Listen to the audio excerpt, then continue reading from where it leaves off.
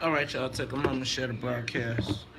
Share the broadcast. We are rocking and rolling. We are live and ready to get this thing Chris Akin.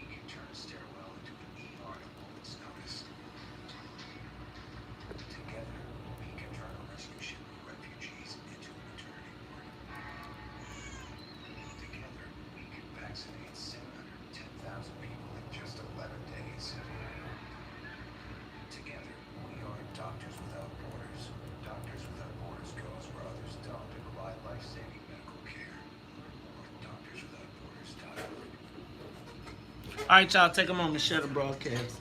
And I just want to point out to you all also that when y'all start finding yourselves that white people and people that ain't never been our friends are agreeing with you about how we should talk about our kids, you need to check yourself.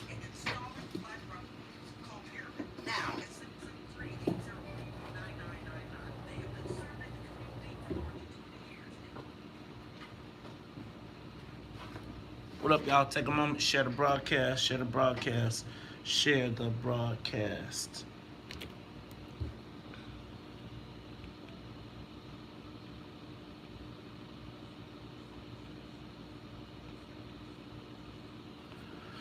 How y'all feeling this morning? What's up, everybody? What up, Sylvia Holloway? What up, Verdella? What up, Double J? What up, Christian Pollard? What up, Sonia Escobezy? What up, Deborah? What up, Tony Romero? What up, Don? You know what, man? I'm saying it's a lot of people talking crazy like they didn't go to Freaknik and they was there. I'll be back.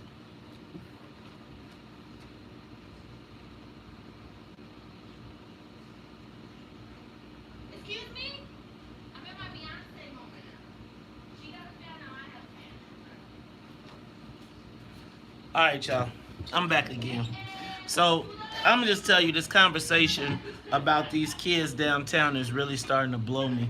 Only because it's the same people that would be out in the street marching for Trayvon Martin or Mike Brown. And the same narrative that is being created here is the same thing that was the same arguments that they used about Mike Brown. Big fella, wild in the streets.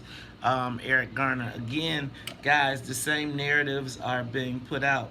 When it's these guerrilla scary, all you gotta do is watch the Reconstruction story and see how they package and do our kids. I'm telling you, I don't know. Maybe I missed it.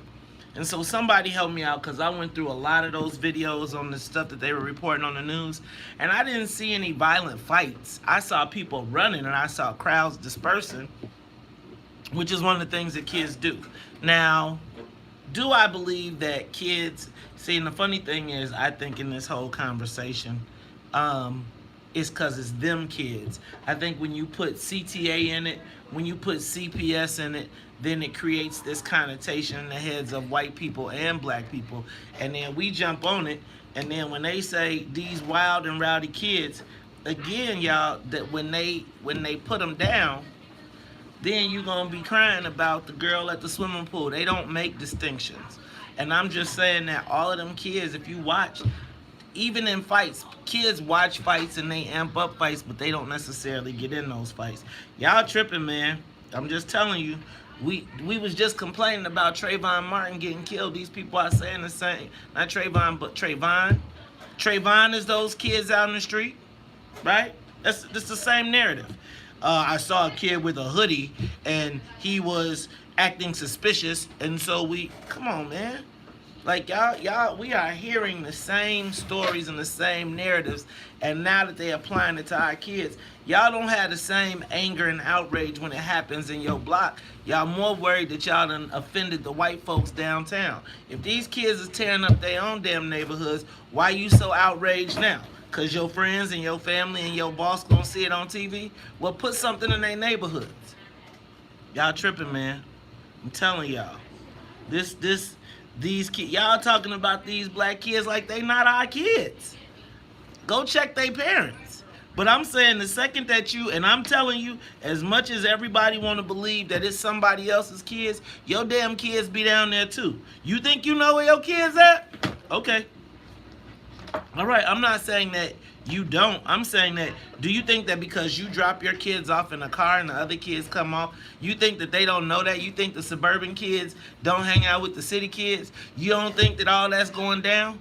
You don't think that when kids see each other, they gonna go because there's girls over there and there's guys over there and they gonna all start? You don't think that dudes are gonna trust some dudes in the crowd who can't make a way are gonna try to be tough and try and be hard because they ain't got no money to have the clothes and stuff? Come on, man. Y'all acting like these ain't teen. I'm not saying that they ain't got some different challenges. And I'm not saying that we don't need to do something. But the second y'all start turning them into the same criminals white folks turn them into, you going to be crying talking about they dead. When you see the little girl, they don't see no difference between a little black girl in a swimsuit and a black dude on the street. They all criminals. So when we mad, they can't make the distinction. And when you don't make the distinction, then you give them license to do it.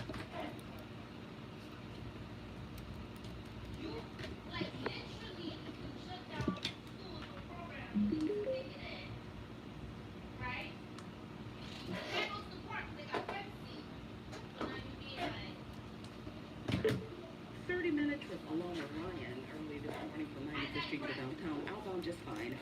24 minutes along the Bishop 4th from I-80-94 to the Ryan. A 22-minute trip from Tuskegee Airmen Memorial from I-80. The Stevenson off to a 40-minute start from I-355 to the Drive, 30 traveling out. 35 minutes along Eisenhower and from Thorndale to the Jamesburg interchange, outbound not bad at all, a 34-minute trip. And so far so good along the Kennedy. You'll move along at the closest speed and from O'Hare to downtown and back again. Light drizzle this morning for starters. Cloudy skies. Temperatures are expected to top near 60. Right now, we're looking at pretty much 56 degrees in Chatham, 56 in Midway, and 56 here at the top of Chicago.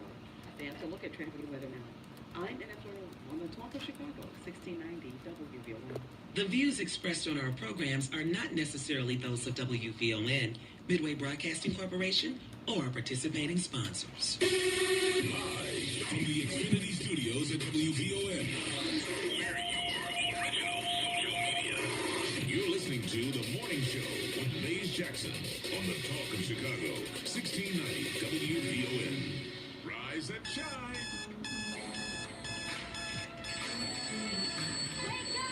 Wake up! Wake up! Wake up! Rise and shine with the WVON Morning Show. Wake up, wake up, wake up. Featuring Maze Jackson. Do you understand the words that are coming out of my mouth? The WVON Morning Show. Wake up!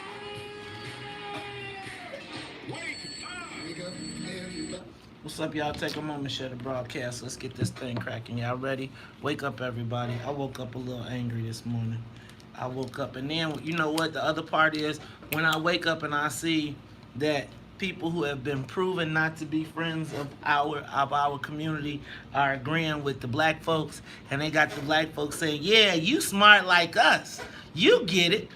You should be concerned when the people who ain't been on our team are agreeing with you about our people.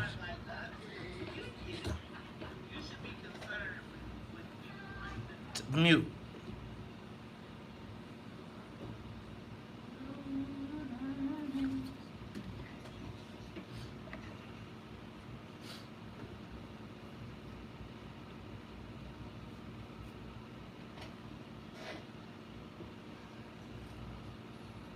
If we just let it be.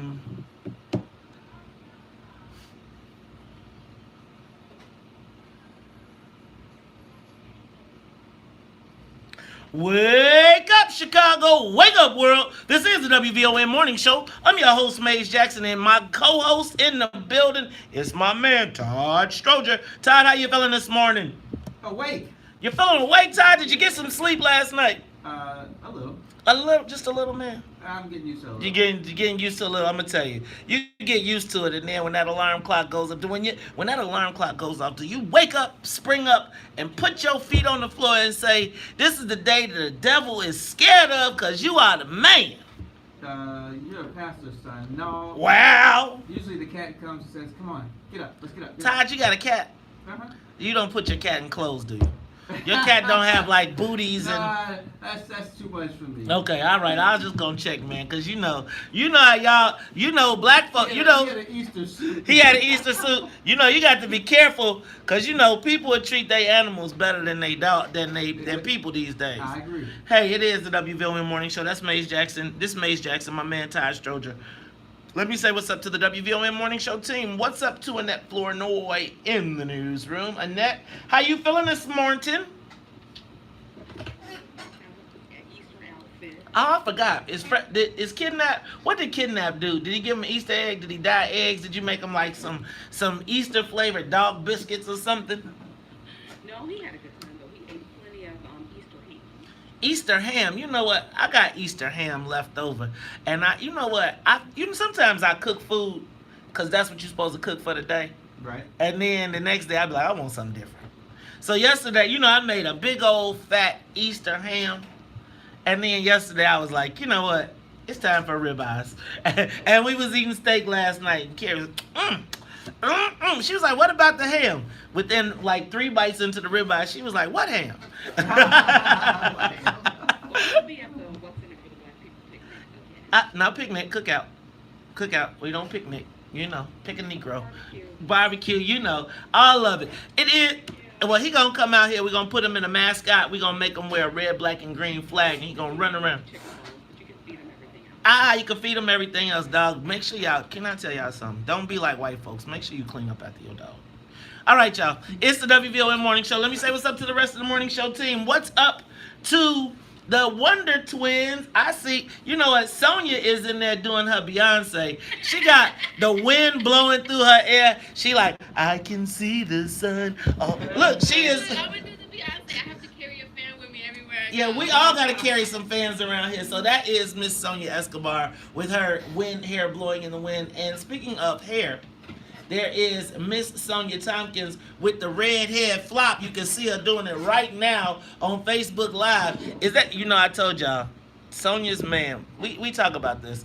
Sonya's boyfriend has to be one of the happiest guys ever because he get him a new woman every 2 weeks. She come with a Hear it every morning. Who is that? new hairstyle. He be like, hey, excuse me, do I know you? Come they be play. They probably be all type of role playing and all type of stuff. Excuse me, now when she come in here with a blonde, we already know what time it is at that point. All right, y'all. This is the WVON Morning Show. I'm your host, Maze Jackson. Got my man Todd Stroger. The whole team is locked and loaded. Let's get this thing to 50,000 feet. Let's get the soul plane rocking and rolling. All right, and I'm gonna jump into some headlines. All right, let me start here. Do we need to start this show every morning with a hands off Kim Fox? Hands off Kim Fox. I knew this like a week or so ago, but did you all hear? Kim Fox has been the victim of death threats, and threat not only to Kim but to her family. So she is saying that she's not only receiving death threats around the Jussie Smollett situation. The Jussie Smollett situation, she's been getting death threats personally, but now they're saying it's leaking over to her family and to her kids. People are going at her at school. Now, I'm going to tell you. I wonder how the kids are. That's not unusual. It's like what we're talking about with Trump and the dog whistle. When you get a lot of bad press and the press are kind of like pounding on you, people respond. So when I had the sales tax thing, I would get letters from people, and people would feel comfortable yelling out in the middle of the street or yelling at the store or something. And even at your kids. You know what? So I'm going to tell you this. Now, I heard a stinking rumor that a local police chief called her the C word in writing. I can't believe What? That can't be real. I'm telling you. The C word. Colored No, not that Not word. that We one. can't say The right C word with 4 Can't letters say, that goes to what, like, I feel like I'm alleging that there was a local police chief that literally sent her a letter calling her the C word. Now, and not the C word like color. Right, because It's I a didn't know this other one because it's a white people word. Okay, well, but that's why you know a white police chief sent it, right? Because brothers don't say that word. But the fact that that could happen makes me say we need to be on high alert. Because if the police chief is threatening the state's attorney, y'all, do y'all understand what that means for black folks? Why y'all around here cheering for the police, jumping on our kids? If they will attack the state's attorney, what you think they gonna do to your black kids? I'm gonna tell y'all what, y'all done made me mad last night. I posted something on Facebook, and we're gonna talk about it when we come back. It's Top Chicago 1690 traffic and the weather is next. More of the morning show with Blaze Jackson coming Oh yeah, and then when the Latino decided that he was gonna get in the conversation and talk about and team up with the black boy, like, yeah, see, cause we smarter than him. He don't get it. Like, really? You ever seen what he done said about black people? This is the same dude that called us all pimps and hoes and you smell me and was a gangster this and a motorcycle gang member that, right? And it's like when you find yourself in agreement with that person, as a black person, you got real issues. And I don't care how many black people you dated in high school. I don't. Because it's like who you are now, it's like you. I am flabbergasted at the way that black people are responding to these kids. Can somebody please show me a video of the kids downtown actually brawling and fighting in the middle of the streets? Can you send me that video? Now, can I tell y'all something? And I said this, and I'm going to say it a little bit later on. A lot of these parents talking this smack went to Freaknik. Anybody go to Freaknik? They trying to act like there was no fights at Freaknik. There was fights at Freaknik. They just wasn't long. There was more freaking, more harassment, more people in the middle of the street stopping traffic, didn't care about the police. We let everybody have it. We was drinking bottles. We was doing everything. I know. And because it was at the county, and the county was like, oh my God. no, not the Freaknik? Yeah, he used to be in the Forest Preserve. You talking about, see, he's talking about the other Freaknik. He talking about the Chicago Freaknik. I'm talking about Freaknik in Atlanta. The one that, think about this, that same Freaknik produced, and 3 of the people that planned it, 2 of them are mayors now. Keisha Lance Bottoms and what's my man who was right before her? Was it Kwame? What's his name? What's the mayor of Atlanta right before Keisha Lance Bottoms? Oh, yeah. They produced the Freaknik? They were the producers of Freaknik. When you read the story, they was the one. It's like, y'all, young people have always been rowdy. Young people have always gone out. Young people have always kicked it. Look, at U of I, like if we went, some Alvin Norton brought it up. Man, people used to ride out to Southern for a touch of Blue Weekend, or they would go for Halloween. Remember when they had to shut down Halloween? They had to close Southern Illinois University because of Halloween. Close it because they were so rowdy and so out of control. Is it Kasim Reed? Kasim Reed. Kasim Reed, that's right. Yep, Kasim Reed was they was all part that when you read the story of Freaknik, it's like they was all college students. Yo, do y'all know how much I was worse in college than we were in high school? I don't know if you know Southern Illinois. They always had problems with Halloween. Halloween Right, was that's what I a said. big thing. Did you say that? Yeah. I was half paying attention. Wake up! Wake up! And even when I was in Wisconsin, Halloween was a big thing. There were people all over the place, and Which one?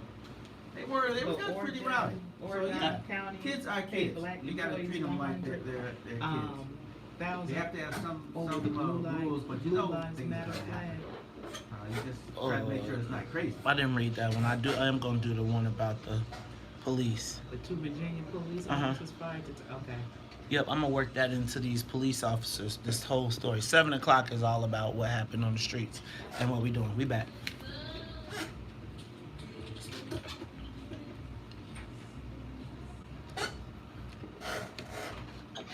I'm ready, y'all. We getting into this one.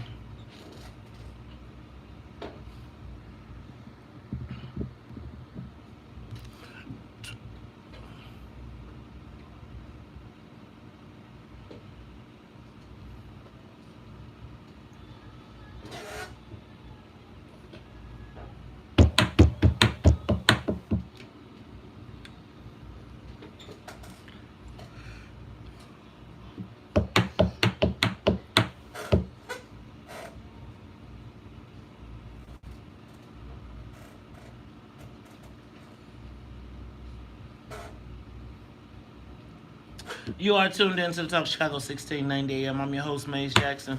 Hey, I'm going to run through some of these headlines. We're going to talk, we're going to do our social media question of the day. And at 7 o'clock, I want everybody, if you are a parent, if you are a teenager, a parent with teenagers, I want you to get your kids in the car, get around the computer, get around the TV, the cell phone, because we're going to talk about this violence. I'm not going to say this violence. We're going to talk about this incidents downtown because the summer is coming. And I was just thinking about how at one point we were talking about 57.7 million tourists visited Chicago.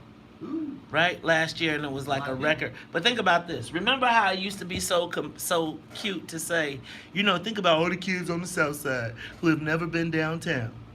Right? Remember how people be like, they could see downtown, but they've never been there. Yeah. And they can see it, and if they can't see it, then they can't believe it. Right? Remember all that? Now y'all threw all that out the window. Y'all like, keep them little Negroes from downtown because y'all embarrassing us in front of the white folks. Get your own daggone babies. Look, I'm going to go through some of these. We're going to talk about it. 7 o'clock, I want you all to get your phones ready. I want you to be ready to talk about this because we are going to talk about it. But let me do this.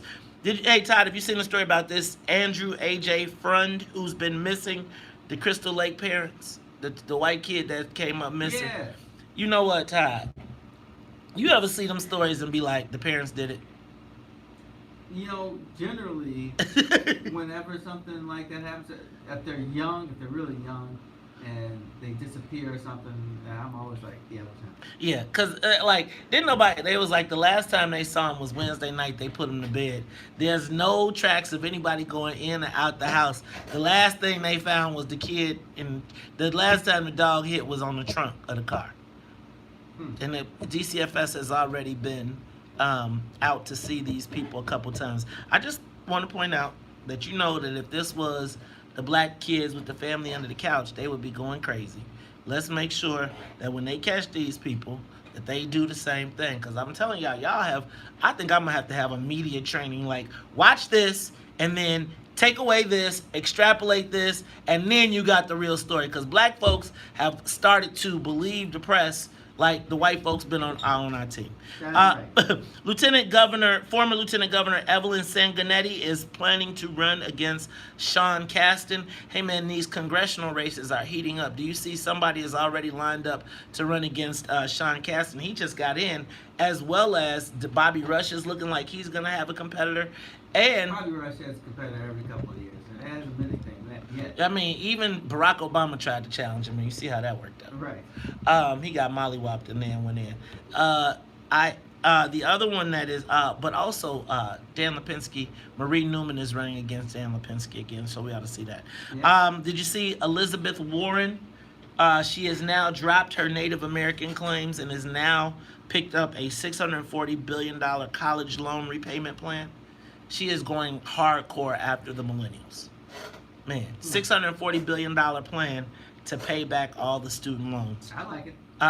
Right. I don't even have student loans, but I still like it. Man, you know what? Give me 600. Is she talking about our reparations? Give me my reparations. Blah blah blah.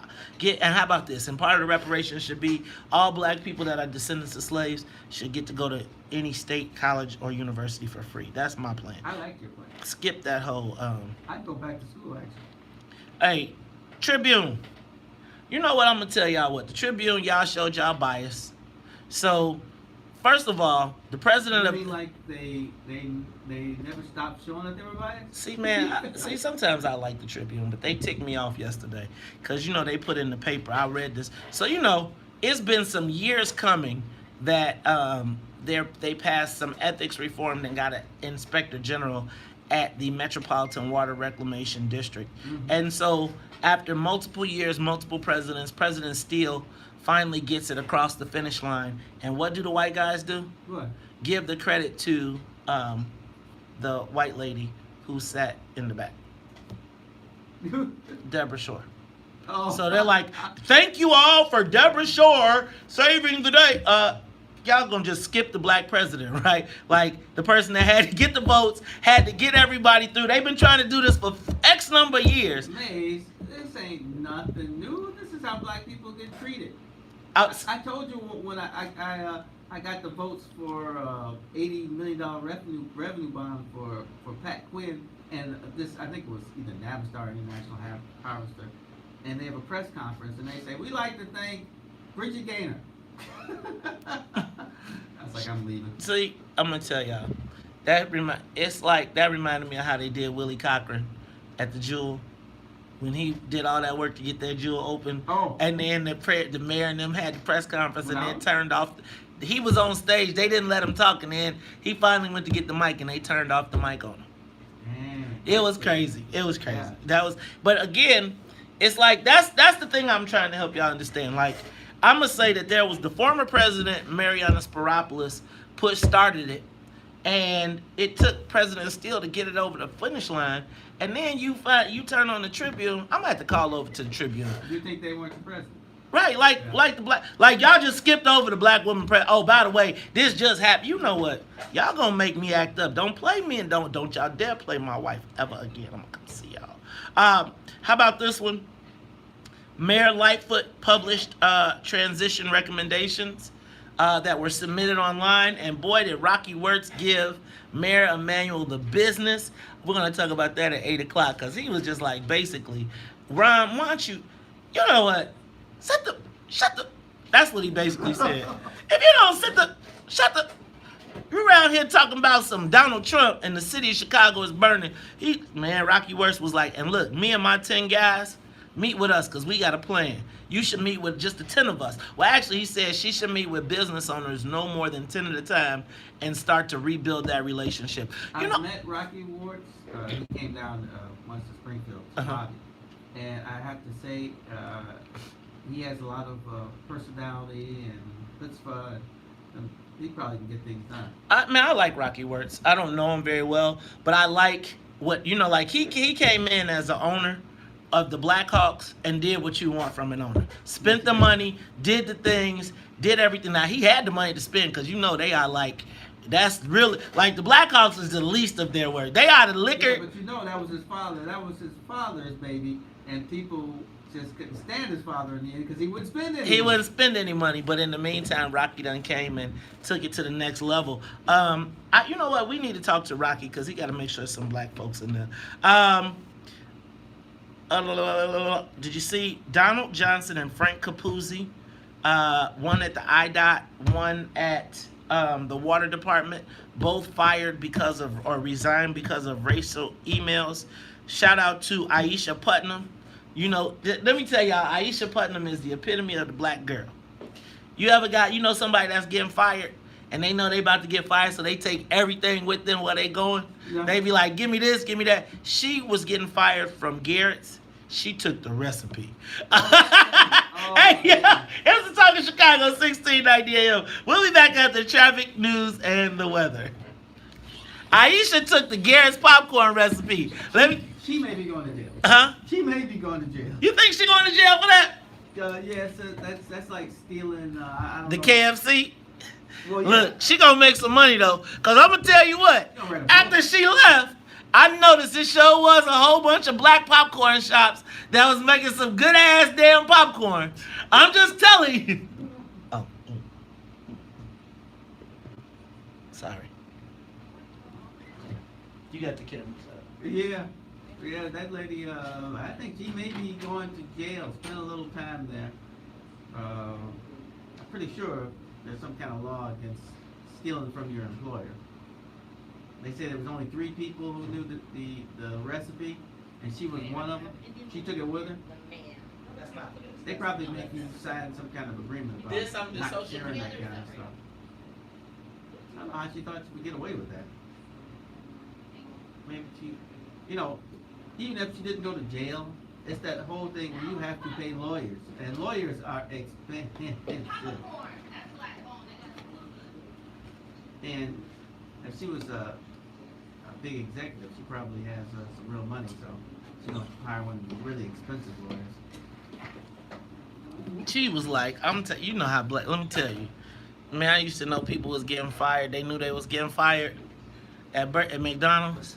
So like, if they thought they was getting fired, let me tell you, they go put them a case of Whoppers, a case of burgers, and a case of Quarter Pounders.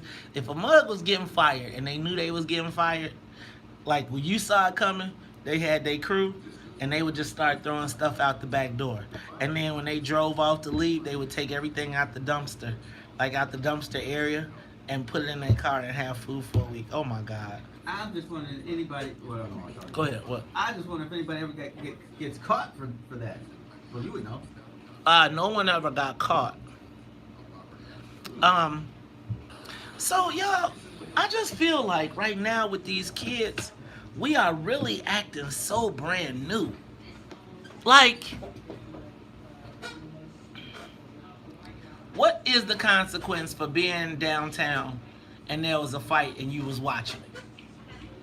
What is the consequence for that? Like, I feel like the people who got arrested paid consequences. Should the rest of the kids not be allowed to come down there? If I saw a fight, I would watch. I'm saying. I'm going home. I'm like, hey, come on, we're going this way. As a teenager, Yeah. Okay. I always had a good sense of it's time to get out of here. yes. But you are, okay, I agree with that. But there's a lot of children that have a very underdeveloped sense, and as Yeah. long as they're not the ones doing the trouble, then they don't see why they should be in trouble. And so, I understood the big net theory. right. See, but most kids don't think. I'm going to tell you.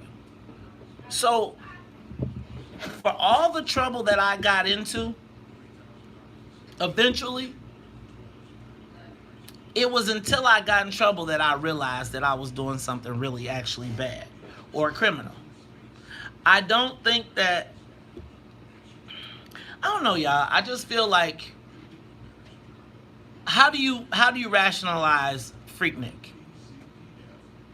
Like, I'm talking about the Atlanta Freaknik that if you went during the heyday, you saw some of everything. Everything. If you're talking about people in the middle of the streets, people would stop their cars in the middle of a downtown thoroughfare and break out the Daisy Dukes and dance and do whatever. There would be women that would be riding around topless in downtown Atlanta. There would be people freaking in the streets and all over the place. I'll never forget the first time we pulled into Atlanta for Freaknik, and we woke up and we were like, I've never seen anything like this in my entire life. And it wasn't just in Piedmont Park. It was all over the streets. It was everybody. Nobody cared about the kids. Nobody cared about what they saw. None of that. Now, you don't have it documented on social media, but I'm just telling you, if you were to show what we did at Freaknik and put that in downtown Atlanta right now, do you understand people would be calling, like, they would be like, what the hell was that, Sodom and Gomorrah? Pretty much. Really? And it's like, I'm saying, it's like I'm watching people who I know in college was fighting, drinking, being tough, kicking ass, or getting their ass kicked. One of those. Right? And I think like all the people that was in fraternities. Like when you was in college, man, please. I'm going to tell you, we had many a nights where before we went to the union party, we had quite a few drinks and then started thinking about the people who had pissed us off during the week. You went to U of I and you went to a union party from 92 to, it was ended in a fight. It was. Yeah, they had a few fights at Xavier. Huh? They had a few fights at Xavier. I'm saying- Or Dillard. There were fights all the time. All the time. At U of I, there was a fight every damn union party. Every one. And these were college-educated students. I know that because I keep a bunch of my them. roommate said they finally figured out that this guy Bill always got drunk and got in a fight, and they're like, all right, we're not fighting with Bill anymore. Let him get his ass whipped, and then and they'll learn.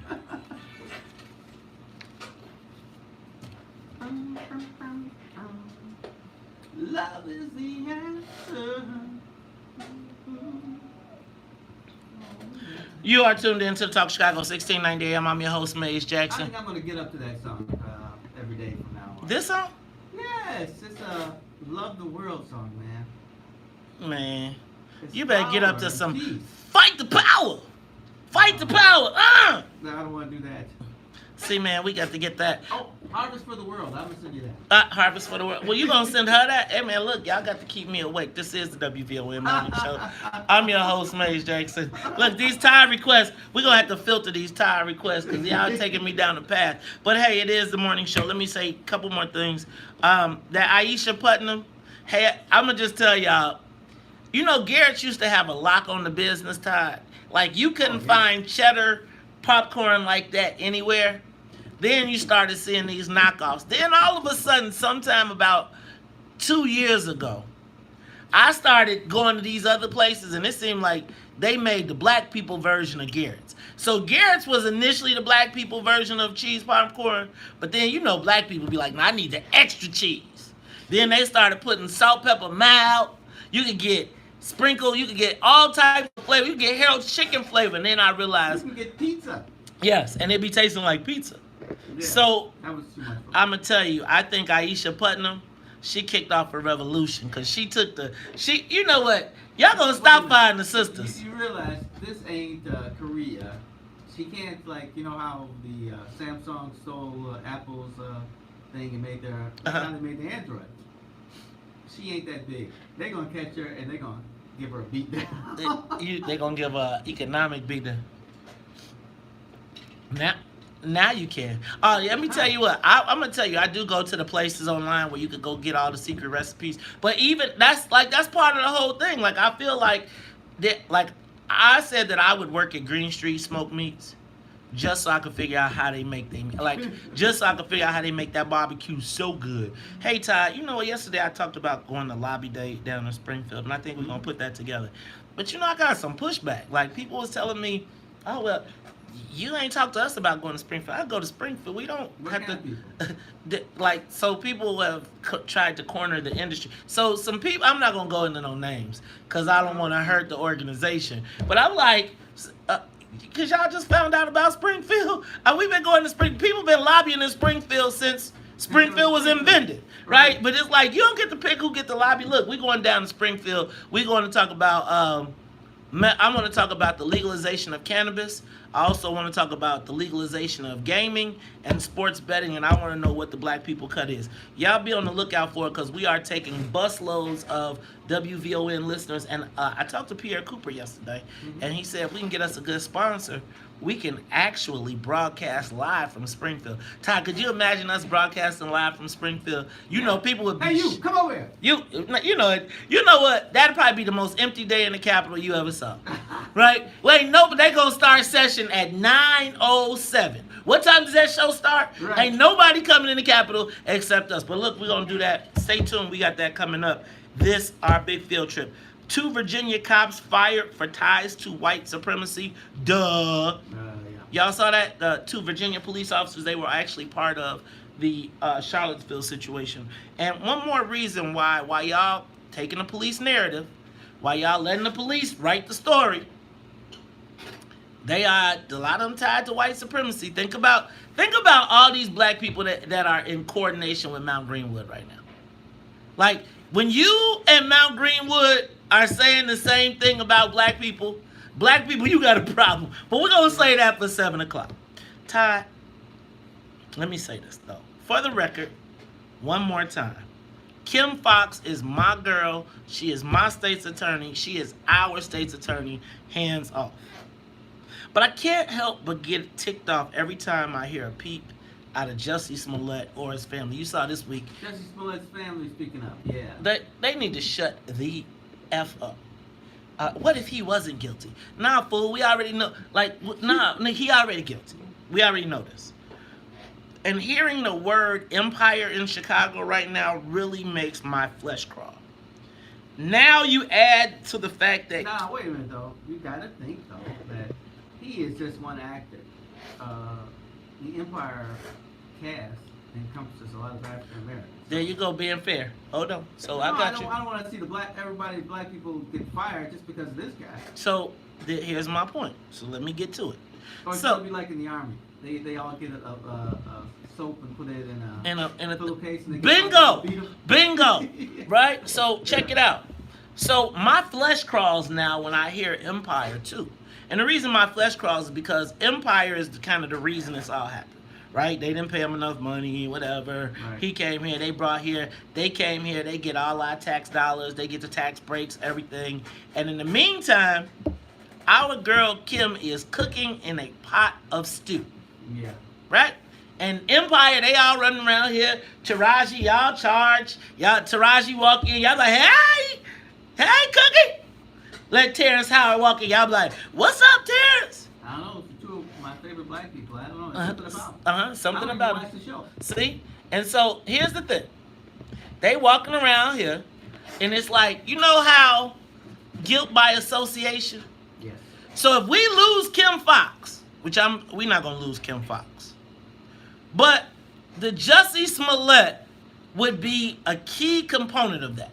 Now think about what Kim Fox meant to the whole criminal justice. Think about when we was all crying when Laquan. How many of them celebrities that said Empire was like probably somewhere at a Trayvon march or something, some kind of march where they was showing solidarity with black people. But then when we finally get what we want and having a black state's attorney that is turning stuff over, they done all got quiet. Mm-hmm. I got a question. Because I said this on Facebook last week. I feel like Empire, $300,000. I feel like either Empire, Fox, Taraji, and Jussie, somebody needs to pay this fine and make it right. So here's my social media question of the day. Does Jussie Smollett have a duty to black Chicago to make it right? Not to the white folks, but to black Chicago. Now see, my reasoning for saying that they need to pay it is because it's going to stay in the news. And I'm trying to, I fundamentally believe that besides the people who directly benefited from the association, most Chicagoans, black or white, felt like Jussie was on some BS. Now, when Ram got up there and started talking, we all kind of checked out and was like, man, if you don't shut your monkey. But considering what is happening, my girl Jasmine Turner said, should none of them be welcome in Chicago if Kim Fox goes down? I'm suggesting, does Jussie Smollett, not to white folks, because everybody going to say, you can't make him pay to the white people, but I'm talking about the cost to the black community, to black people. Does Jussie Smollett have a duty to black Chicago to make it right? Give us a call, 312-374-8130. Let's go to Riri. Riri on the Talk of Chicago, 1690. Right, amazing. This whole thing is crazy. But I just want to put this out there about this attorney McKay, who was the attorney for one of those 6 officers with the Laquan McDonald thing. And somebody died in that thing. Okay? And this attorney McKay and the judge, Demetrius Stevens, they have been friends for over 20 years. So, and there's pictures of them when they were on a case for an activist that was murdered back in 2000. Okay, McKay got his nerve. The judge, this judge, Demetrius Stevens, she been handing them attorneys who she came through the ranks with before she was a judge, she was an attorney, handing them cases. Okay. And she just handed them 6 officers a freedom, handed them freedom. And nobody's saying nothing about her. Her name is Demetrius Stevens. Okay. And he's sitting up on Channel 2 News talking about somebody should recuse themselves. themselves. Okay, got it. Thank you, Riri. I'm just gonna tell y'all. I think that this Kim Fox, I think Jussie Smollett, like, hey, bro, you beat the white boys. You got away with it. You got your up down. Now, could you do something to make it right? Like, I feel like coming to push for 2 hours, that wasn't enough. No. That wasn't enough. And I'm saying, like, where's the big empire donation to, I don't know, some black cause, the Black United Fund, I don't know. But them. I'm saying, like, come on, man. Somewhere in here, we all know you beat the white boys and you got away with your thing. But right now, you are costing Kim Fox tremendously. And I just feel like, bro, you got to make it right. This is Talk Chicago. We'll be back after traffic and the weather. More of the morning show with Maze Jackson. Unintended consequences. You got the camera, Todd. That's what they always call that when somebody does something and it spills on other people. His Jussie Smollett's actions had unintended consequences for other people. Basically, Kim Fox. And you know he ain't gonna say mea culpa is my fault, because he's still saying that he's innocent, of course. And I don't think too many people actually believe he's innocent. So he's not coming to our rescue, that's for sure. I don't know.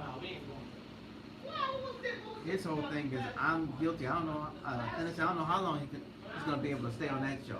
Too much cheating. They may have already fired him, but I just haven't paid attention. Right? So, like, it was not seriously. Like, in Bolingbrook, like, it'd be like, we going to the plaza. So, all brothers, we in their cars, because we was going, and we would be like, you know, like, we going to get up. I don't know why kids would go downtown and go in huge numbers. They got to know that the scrutiny on them is going to be incredible. I'm not playing out. I mean, I'm saying, I found my religion when I got to college. See, that's where I would go. I'd be like, man, there's going to be 200 of us. They're going to get 100 paddy wagons. Like, part of this whole thing that I'm talking about with these kids is, like, the reason that I tried to get tough was because you wanted to impress the right? Like, if you wasn't man. it wasn't cool to be smart.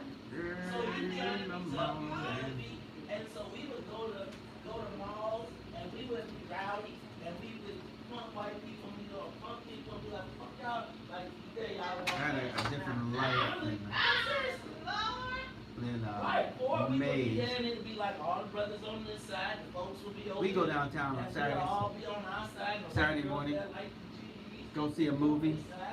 and people would like the brothers. Go to the Esquire and see Superman And so, and the Chicago Theater and see, what was that, Fun House. the better action you got. Right? And so, think about Yeah, that was fun. My parents were like, hey, go ahead, we trust you. dudes get tough and start And when we went on Saturdays, we got in no trouble. You ain't really We had snatching nobody. no desire Y'all come down to end up at the it's like, First District first Police of all, the Station. kids that come down to downtown are not the hard kids. Not like that. The hard Yeah. kids coming together. Most And they kids come and they downtown. go- I don't even remember running into a lot of people downtown back Now, then. Might have been downtown, some. those kids get to But be tough. I never saw us downtown, in real but trouble. they ain't pulling that shit in me. Because they know a motherfucker was like that. But I'm telling you, I watched all them videos. I didn't see no Yeah, but girls. it's like everything else, you know. Down the street. You saw We have to kids treat our children and it's like, and they ran like they're our across the street, children. And they flooded streets and they did. We But have to take a different response than the outside people are. I feel It's like we're at home. playing like I have My son's got some issues. His issues have to be taken care of at home. I'm not sending him out in the street and say, all right, just go out there and things will be all right. No, let's see how we can fix this, make it better before you go out into the world. Your hat was broke to the left and the mug would be like, right? And so if you know all this stuff happened, it's like all these people trying to play like, I mean, it was worse in my estimation in the 80s and 90s when people was gangbanging. They ain't gangbanging now. No, they been Yeah, you got something. I believe you got a point there.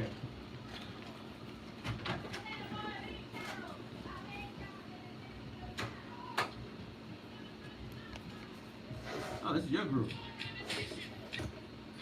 We're on vacation.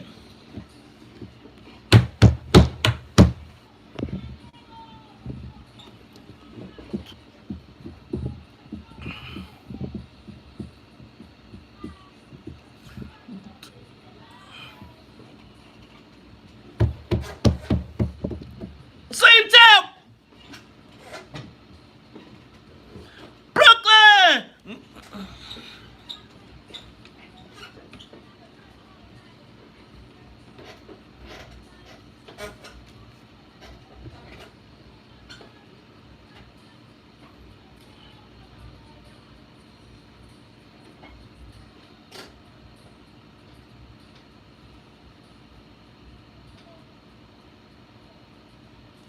You are tuned in to the Talk of Chicago, 1690 AM. I'm your host, Maze Jackson. Got my man, Todd Stroger. And Todd, I'm asking a social media question of the day. Does Jussie Smollett have a duty to Black Chicago to make it right? Yeah. You do? You agree? You think Oh, so? I do. But he won't, because this has all been about him. So that there is a sense of, I don't know, entitlement, and maybe you can say selfishness around this whole issue, as he has proclaimed his innocence all the time. So, And when has he really said anything other than talked about himself? if I wouldn't be my mother's son, if I could have done something like this. I'm the gay Tupac, he said. Get your up. You know what? So, social media question of the day. Does Jussie Smollett have a duty to Black Chicago to make it right? I think, as a matter of fact, it's a bigger issue. I think Jussie Smollett dealt a blow to the Black criminal justice reform efforts around the country. And I feel as though I feel like back in the day, let me tell you, back in the day in the old Chicago, Jussie Smollett would have got handled.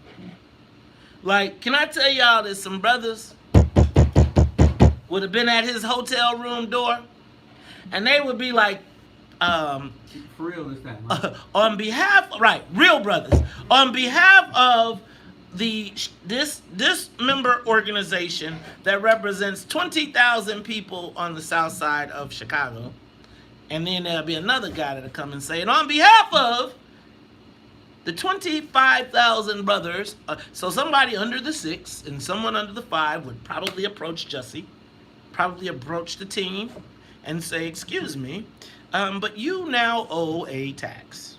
You owe the criminal justice reform tax, and we will be there to collect it on a weekly basis at the set of Empire, at which point it will be disseminated to our members. Now, I am suggesting... Doesn't that sound what the outfit used to say? That's what used to happen, bro. Ask Jay-Z. Any of these rappers came to Chicago, bro. You was moving around town. Y'all making all that money. Somebody got to make sure that the streets eat. And I'm suggesting that right now what has happened is we don't have an internal or an external disciplinary system. Like, I'm not necessarily suggesting that we have to turn Jussie Smollett over to the police, but Jussie Smollett should be in more fear of Black Chicago and how we will respond, and so should Empire, than any police. They should have a level of accountability to Black folks when they come to our town. But y'all know, y'all trying to get y'all cameos. So y'all leave. Shoot. I remember when Jussie came out this BS, people was trying to call me a homophobic. And I was just like, man, I'm from Chicago. That don't make sense. Let's go to Michael. Michael, you want to talk Chicago, 1690. What's up, man? Does Jussie Smollett have a duty? What's up? You know this bigger than Jussie, man. If Jussie wasn't involved in that foolishness, they'd still come after Kim Fox. You knows that, man. You is acting homophobic. You constantly beating up on him. I'm so sorry. Did I hurt Jussie's feelings? Tito, give me a tissue. Hold on. You got I'm beating up on Jussie. Man, maybe the Osarian brothers should have beat him up for real. Let's go to. You are non-homophobic just because you think that guy was lying. Because he was lying. Yeah, right. All right, let's go. Cheeto, give me some tissue.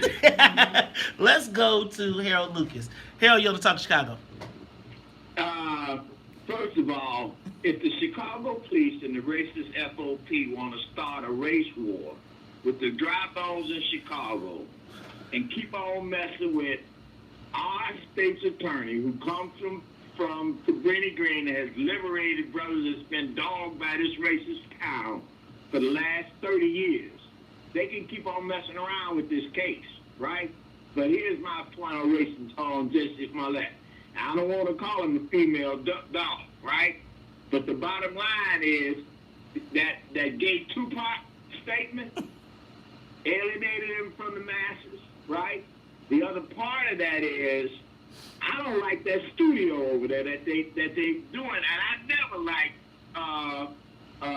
the movie Empire because it reminded me of Superfly and another one of them tactics to get us doing some crazy stuff that ain't really like, right? So I ain't happy with that. So my man Terrence Howard and Taraji Henson and them Negroes who are profiting from that play. If we need to boycott the damn Empire in a minute, if they don't get that money and put that $130,000 up to get that boy cleaned up in Chicago, he don't never have to come back with his little smug stuff with that little nasty little smiley guy, right?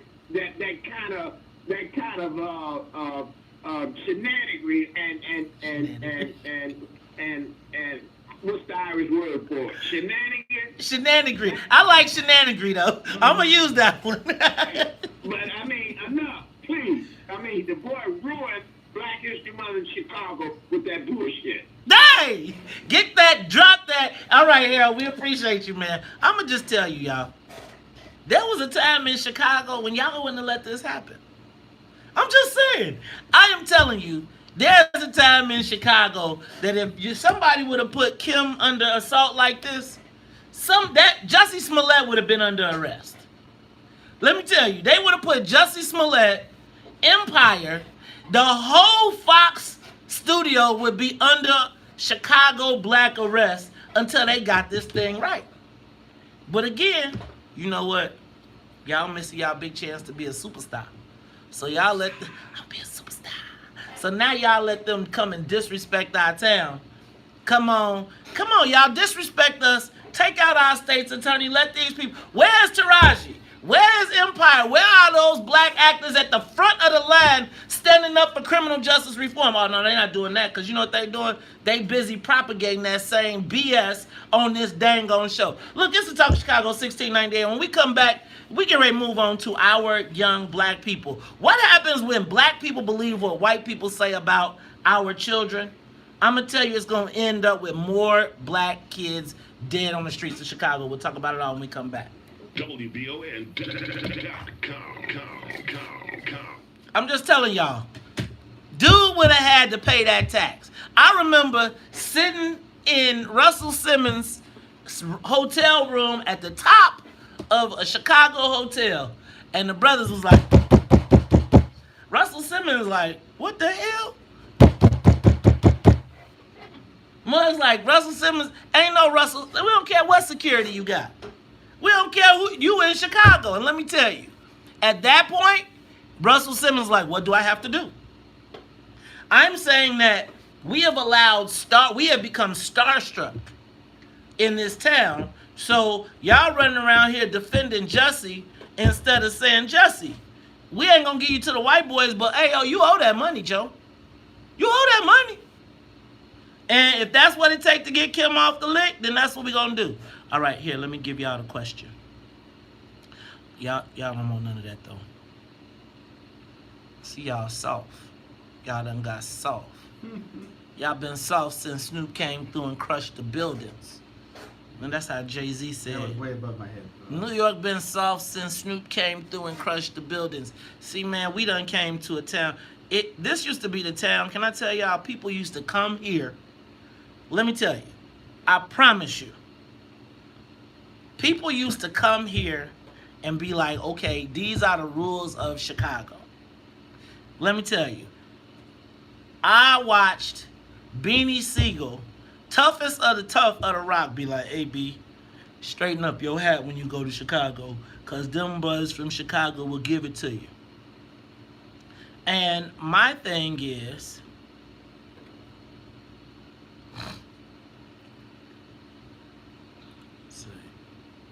we don't have any backbone in the city no more. Right? It's like mugs come here and we be fans. Like, nah, you and I. So they taking millions of dollars out and then they gonna leave y'all state's attorney dead and busted on the ground and walk out, and then they could cancel Empire and then cancel criminal justice reform in Chicago, and y'all will let it happen. He got to pay. Sounds like extortion. It's what was happening when you were with Call it what you want. Russell. Huh?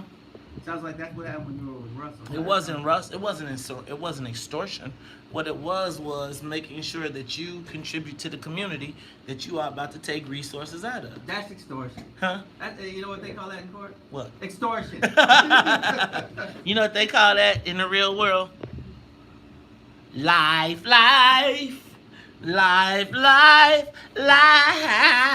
That's that. Let me tell you. I feel like you could call it extortion or you could call it homage. They paid homage to the people that could change the dynamic of what they were doing. So if you're summoning all of these people, I believe that there should be a certain black tax. I think that there should be a tax on the Arab corner stores. I think that every Arab corner store that is within a mile radius of a CPS school should be contributing to their sports and education and their extracurricular programs. And I think that the people in the neighborhood should compel them to do it. If all the kids leave out from their school and go across the street and make those Arabs rich, I am suggesting that the parent organization from the schools and the people that benefit from all those kids around there should be compelled to participate. I think that the Dunkin' Donuts should be compelled to participate.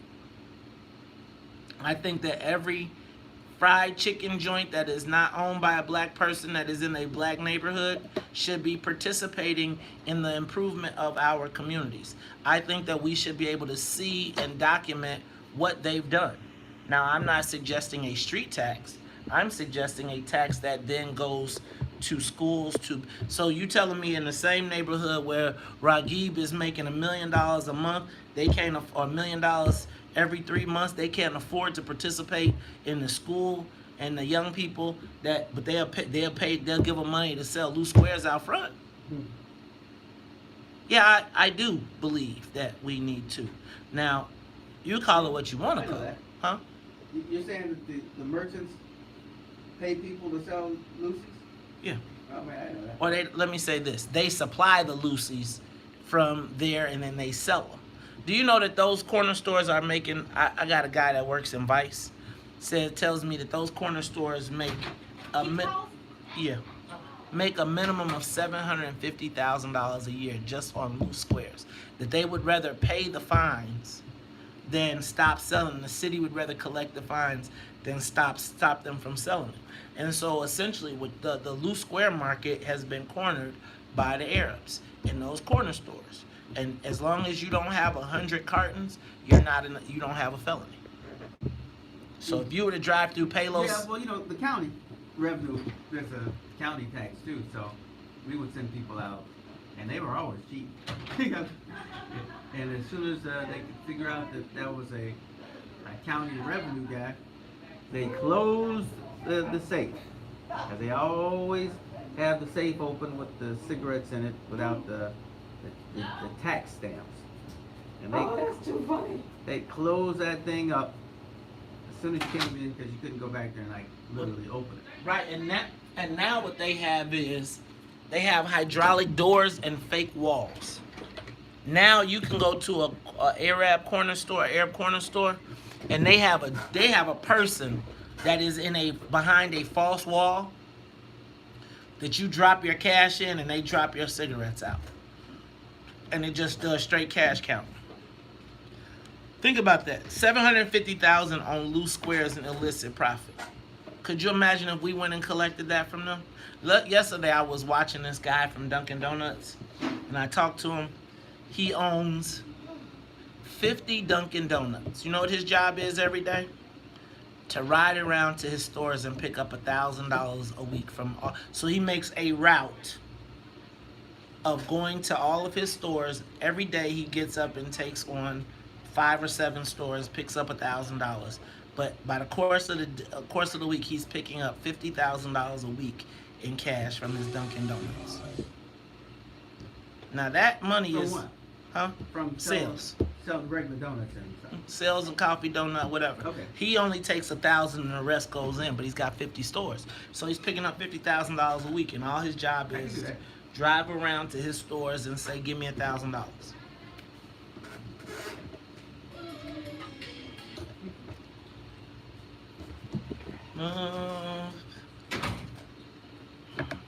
This one.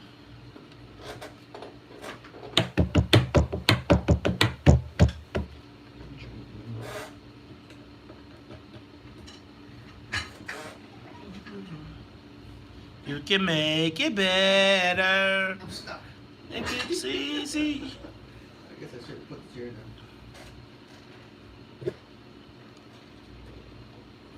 To another place. Well, to a down.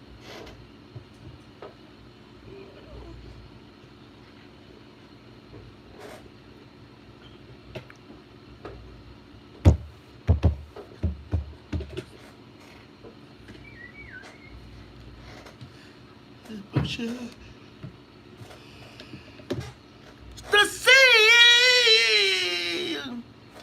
downtown. It's always stupid and hard. Gotta go round and round. They ain't mean the same down. You can't stop this. Find my love downtown. Down where that you've been dreaming of. You are tuned in to the Talk of Chicago, 1690 AM. I'm your host, Maze Jackson.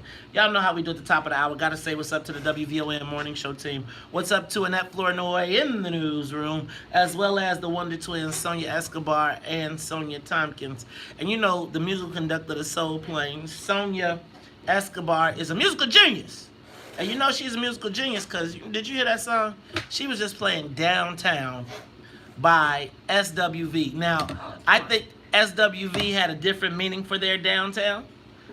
They said you can go downtown and find my love. I missed that part. However, I think it's perfect because when you go downtown and you're a black teen, you can't find no love. So today in this hour, I want to talk about those badass black kids. What the heck is wrong with them? I mean, think about it. What would these badass black kids, what would they be doing in downtown Chicago in the middle of the afternoon on one of the hottest days of the year during their spring break? I mean, what is wrong with these bad kids? I mean, shouldn't they be staying in their own neighborhoods? Shouldn't they be minding their own business? Should they not be traveling in these large packs, offending white people downtown? You know, Todd,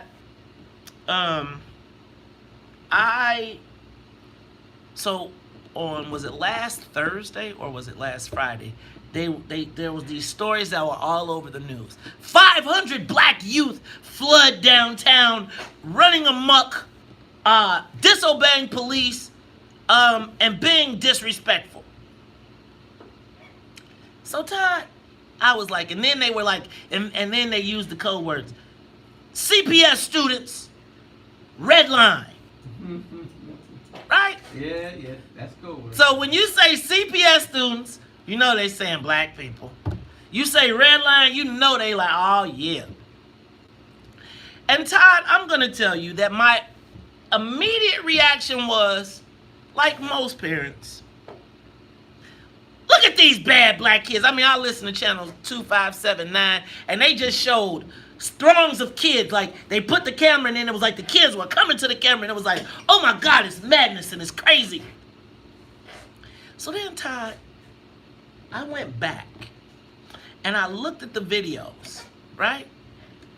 And I was going through all the videos, and I was looking, and I could not seem to find the massive street brawl that people were talking about. I could not find a massive street brawl.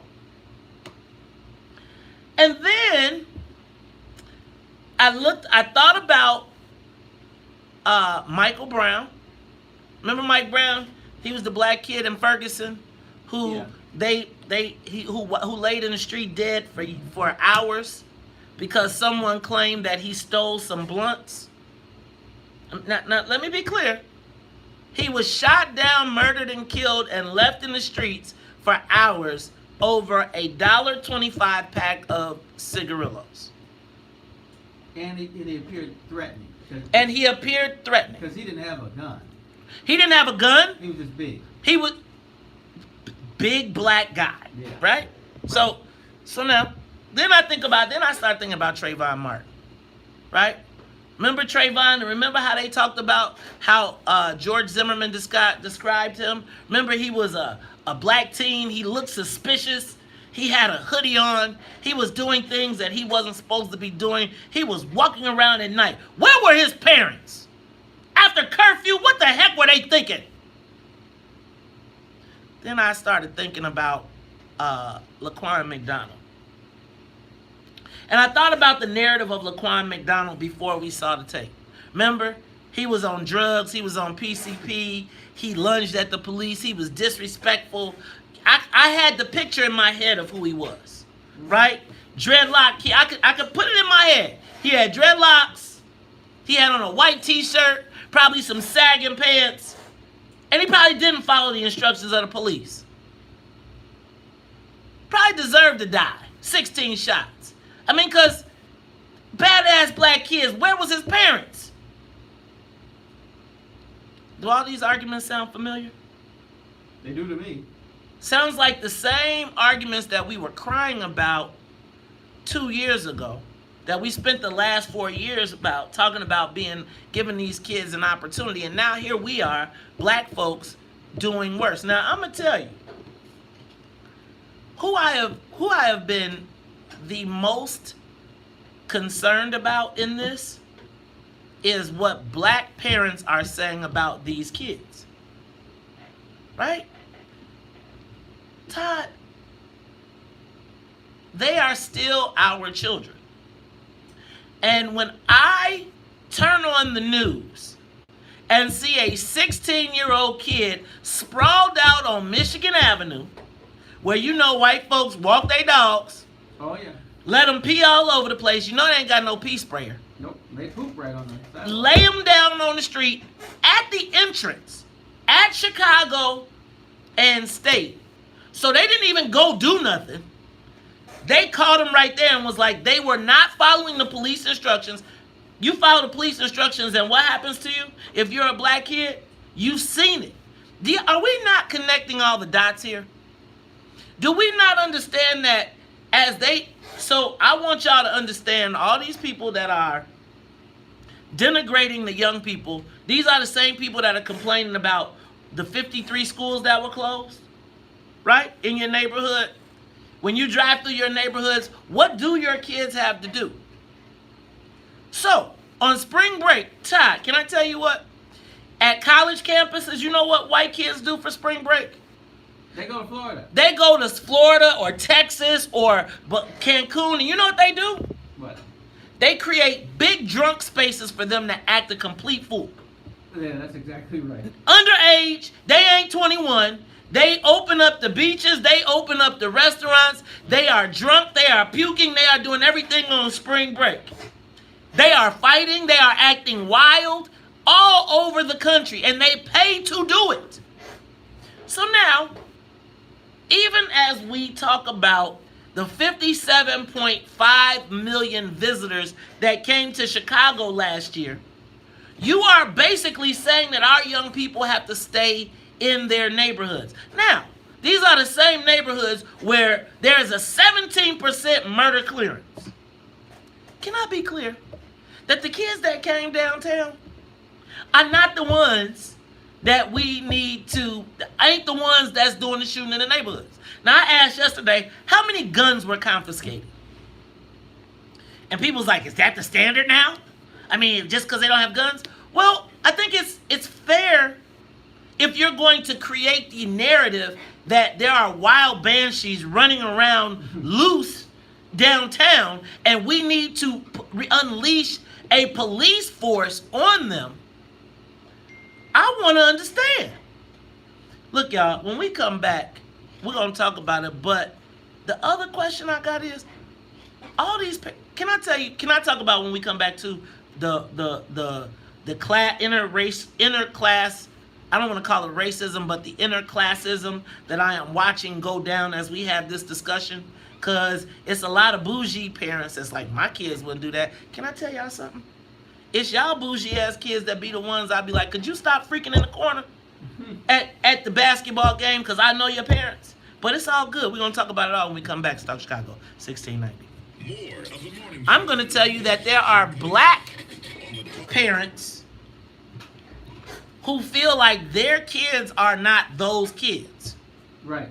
They like the same ones that come to, but I just want to also remind you all, this time last year, remember when they were wrapping up all the black kids at Homewood Flossmoor and saying they were all members of gangs and that their parents didn't know and they had confiscated them and they had all this information and the parents are like, my kid ain't in a gang.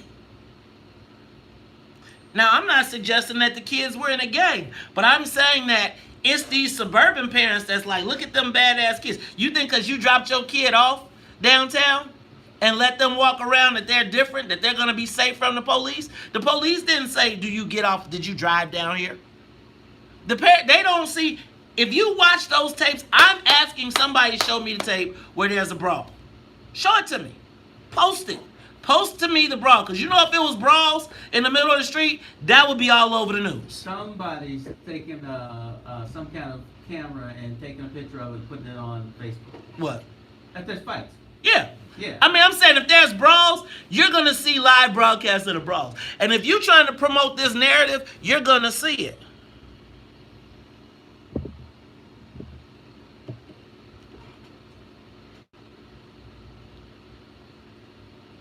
Yeah, it's ridiculous to think that just because kids are congregating all over the place, that there's going to be fights and all that stuff. Have you been outside of Kenwood at 3 o'clock? Have you been outside of CVS at 3 o'clock? Have you been outside of any high school at 3 o'clock? That's the same group of kids, right? And even in the same group of kids, let me just say this. There's a range of kids. I do not believe that we can be... Now, if we need to go down there and whoop our kids' ass, then we need to do that. But if you leaving it to the police and you know they will shoot your... Todd, you got the camera.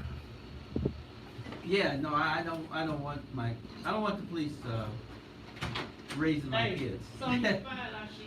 And I know people always are trying to figure out what their kids are doing, because I do the same thing. What is my son or daughter doing at this moment, and should I be concerned and have to step in? But I do want my kids to not fear life and going out.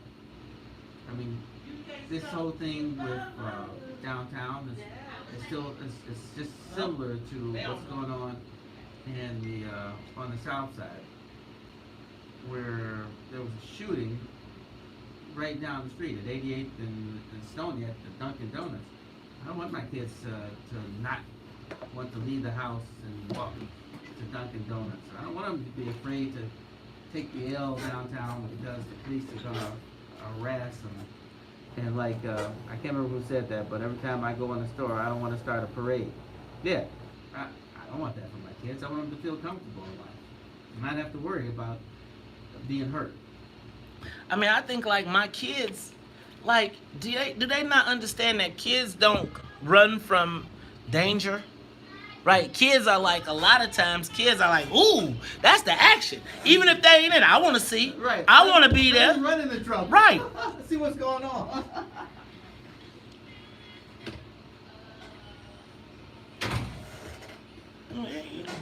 Special thing. But then cry. Whoa, whoa, sweet child of mine. Whoa, whoa, oh, oh, sweet child of mine.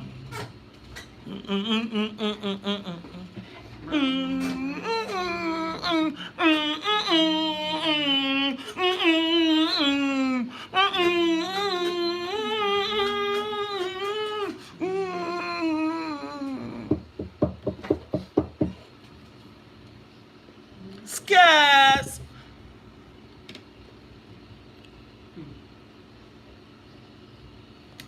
Those smiles and speed.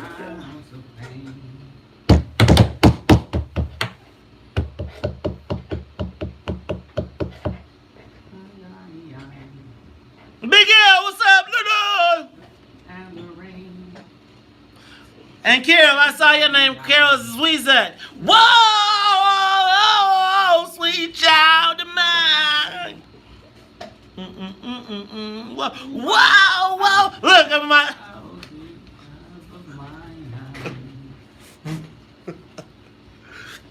Y'all know the Axel. Y'all know how to do the Axel Rose. You are tuned in to the Talk of Chicago, 1690 AM. I'm your host, Maze Jackson. Got my man, Ty Stroger. Hey, That's one of my favorite rock songs. What you know about Old Sweet Child of Mine? That's 90s. 90s, all right. That's 90s Guns N' Roses. Old Axl Rose and Slash. You know what I'm saying? Sweet Child of Mine. But it's like, it doesn't seem like we want to claim our children. Yeah. Now, I'm going to tell y'all what. Do we have some child discipline issues? Yes, but I don't think I've always said this. Our internal problems, we cannot allow our internal problems to be the catalyst to allow people outside to destroy our community. So when we allow white folks and we jump on the white folks bandwagon, when we start agreeing with the Mount Greenwood police about black kids, it doesn't turn out well for us, Todd. I can't see how it ever would. And I feel as though right now I think when we talk about the kids that are downtown, I have been watching on my Facebook, and I think there's a lot of those kids going on in the black community. And when I say a lot of those kids, I see a lot of parents talking about, them kids don't got no home training. Those kids need to learn better. And it be some of the same people I see, your kid they just didn't do it downtown. It's the same child that when you say, hey, get up and go do, and they talk back to you and they say, I mean, teenagers are rebellious. Do y'all, I'm gonna throw this one out here and then I'm gonna go to the phone calls. Todd, now I'm not a teenager, but when I was a teenager, there was this thing called Freaknik. It occurred in Atlanta, Georgia, where tens of thousands of black youth, college youth, whose parents paid good money for them to go to college, descended upon Atlanta to act a complete and unadulterated fool. Yeah. We drank in the streets.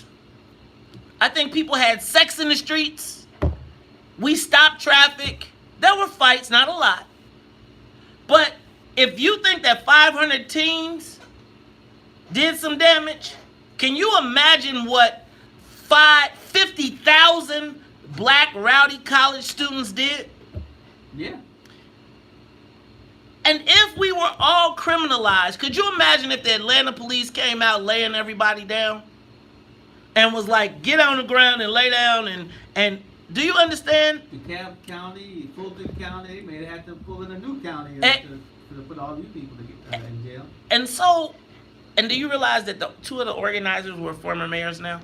Isn't that something? Kasim Reed and Keisha Lance Bottoms, both part of the original organizers of Freaknik. And I was thinking about all these parents that are on here talking about these kids that ain't got no home training. Or that, and I'll be like, how many of y'all went to Freaknik, and what would your parents have said if they saw you? Then, Todd, because I can tell you that there were times when I was at school that I went places. I mean, we went to, what's it, Bay St. Louis? Mm-hmm. I mean, I didn't like tell my parents I was going. I just left. Todd, do you know that when I was in college, almost every college party ended in a fight? That's just the way it was, huh? I'm saying, if you went to University of Illinois from 89 to 94, I'm going to tell you that almost every party that was student organized ended in a fight. I'm glad to say that didn't happen at Xavier. I don't know. Maybe They didn't have fights at Xavier? Just a different breed of people, I guess. Okay. Well, you know, I think, but there was also, so I think like at U of I, except for the fraternities. They see the... Well, see, there it is. The Kappas hated the Qs. The Kappas from Xavier hated the Qs at Dillard. I'm telling you, look, bro. I'm telling you, it's a lot of people that have been talking crazy on, not talking, but that I've either fought or had a fight with. Look, we used to travel to go have incidents in college. I was at a college campus where someone got shot on campus at a student party. And people went to jail and prison for it. And so I am suggesting that it is not completely outlandish to expect that teenagers are going to go out and do things. Now, I asked, did the Chicago police confiscate any weapons downtown? Because if there were no weapons confiscated downtown, then I'm going to say if it takes that to handle young people, maybe they need better training. Seriously, if you gotta lay a young person down on the street and there's no guns, Todd, can you outthink a teenager? I think so. I guess what you're really saying is what's the threat? What was the threat? What brings it to this level that you have to stop from the search? Go to the audio from the white lady, the lady from downtown. You got time? Not what America should be. And I see all these teenagers skipping school. They come here and they stand over there and they're fighting with each other. They're screaming. They're beating up people. Sometimes we can get away. Come down here. Because basically we go to the beach, walk around. Go eat, go to McDonald's, Chick-fil-A, something like that. So, I don't know. It's normal. It's just normal. Maybe if the way police had the way they approach us, they treat us nowadays. So it's like, if you don't care about us and the way you treat us, why should we care? I'm saying that y'all act like y'all kids have not seen every Trayvon Martin, every like that first lady. She was indicative of the way that black people have been portrayed. So her thought is immediately if there's more than 3 people in all, see, there's trouble. And listen, this is not America. This is not like America. See how she ain't even from America. Look, this is South Chicago, 1690. We'll be back. Live from the WVON newsroom. Yeah. Well, I don't know if you ever heard that album with Richard Pryor says that when people come over to become citizens, there's this class, and they sit there and they say, "All right, repeat after me," and it's ninja, ninja, ninja. I gotta find these Richard Pryors. It ain't on Netflix or Hulu. I might have to go to YouTube. Yeah. He was serious. He was right too, man. Seems like there's a class to. All right, the first thing you gotta learn is to be. But that's what our media shows. So. But I'm saying we're buying into it. Look, I'm saying all the black people on the thing talk about them Negroes. Do y'all see what happened at North Avenue Beach last year? Do y'all know it's a fight at North Avenue Beach? Do y'all know that up in Michigan? Do y'all know that up in Michigan? You're not gonna talk about when Daily Sun. Yeah. Wait. What happened? What happened? What happened? In Michigan? Go ahead.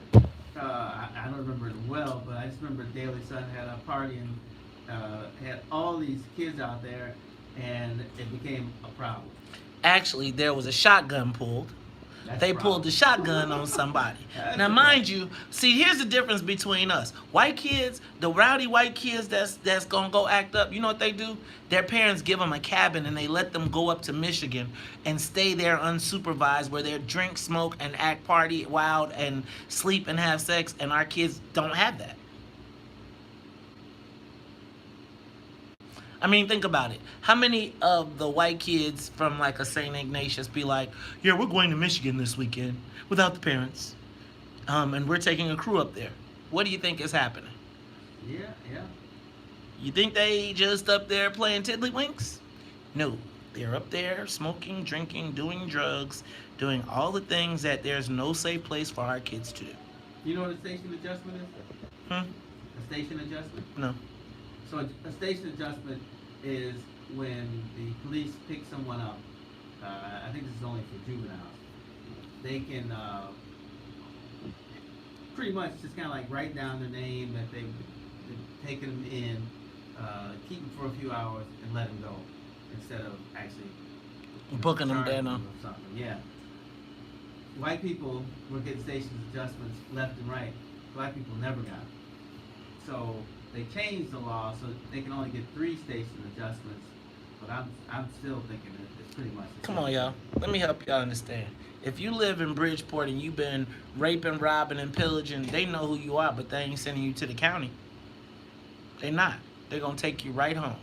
Let me tell you. White folks will put a bad white kid in the car and say, deal with him. Black dude, they going to be like, put your ass in there. I'll deal with him. I got it. No problem. I'm going to take care of this nigga. Yeah. Yep. The world hasn't changed much. At least when it comes to the face. But I'm going to tell you what I think is, it's a lot of bougie, upwardly mobile black folks who think it's those kids. Don't. You've been saying bougie a lot lately. I have. There is upwardly mobile, bougie black folks who think that it's not their kids. And it's like your kids be the main ones out there too. It's like the bougie good kids be the ones watching because they want to be halfway cool. And the conversations I have heard around this has just been crazy. Crazy. And I'm not saying that the kids didn't, I'm saying that the kids are kids. Who's going to be the adults? We going to treat kids like adults when they're kids? Like, I'm just telling you, and I'm not saying it ain't, but could you imagine black police officers being down there? I think it could be a great Black Greek thing to do. Like, everybody roll out with their letters, and we stand out by, especially by the State and Lake stop. Be like, know yourself, be careful. I'm down with that. I think the alphas might be scared to do it, though.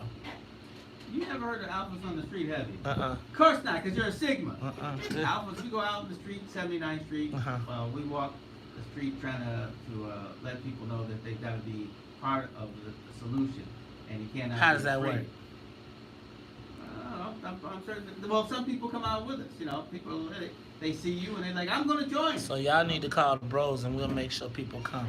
See, the thing is, people want to feel safe when they hit the streets, you know.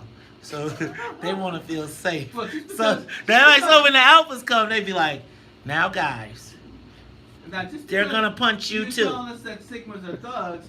I guess sometimes we need a few thugs. We're not thugs. I'm just, I'm trying to. But extrapolate. But you what will. you're trying to tell me. But you will. You talk slick and you will get a mouth shot, even at 55 years old. Because the dark side, my chapter is the chapter like when you're a graduate member, and you know how to be grad members and they be trying to be tough, and they be like, I'm so smart. We be like, how many strokes did you take?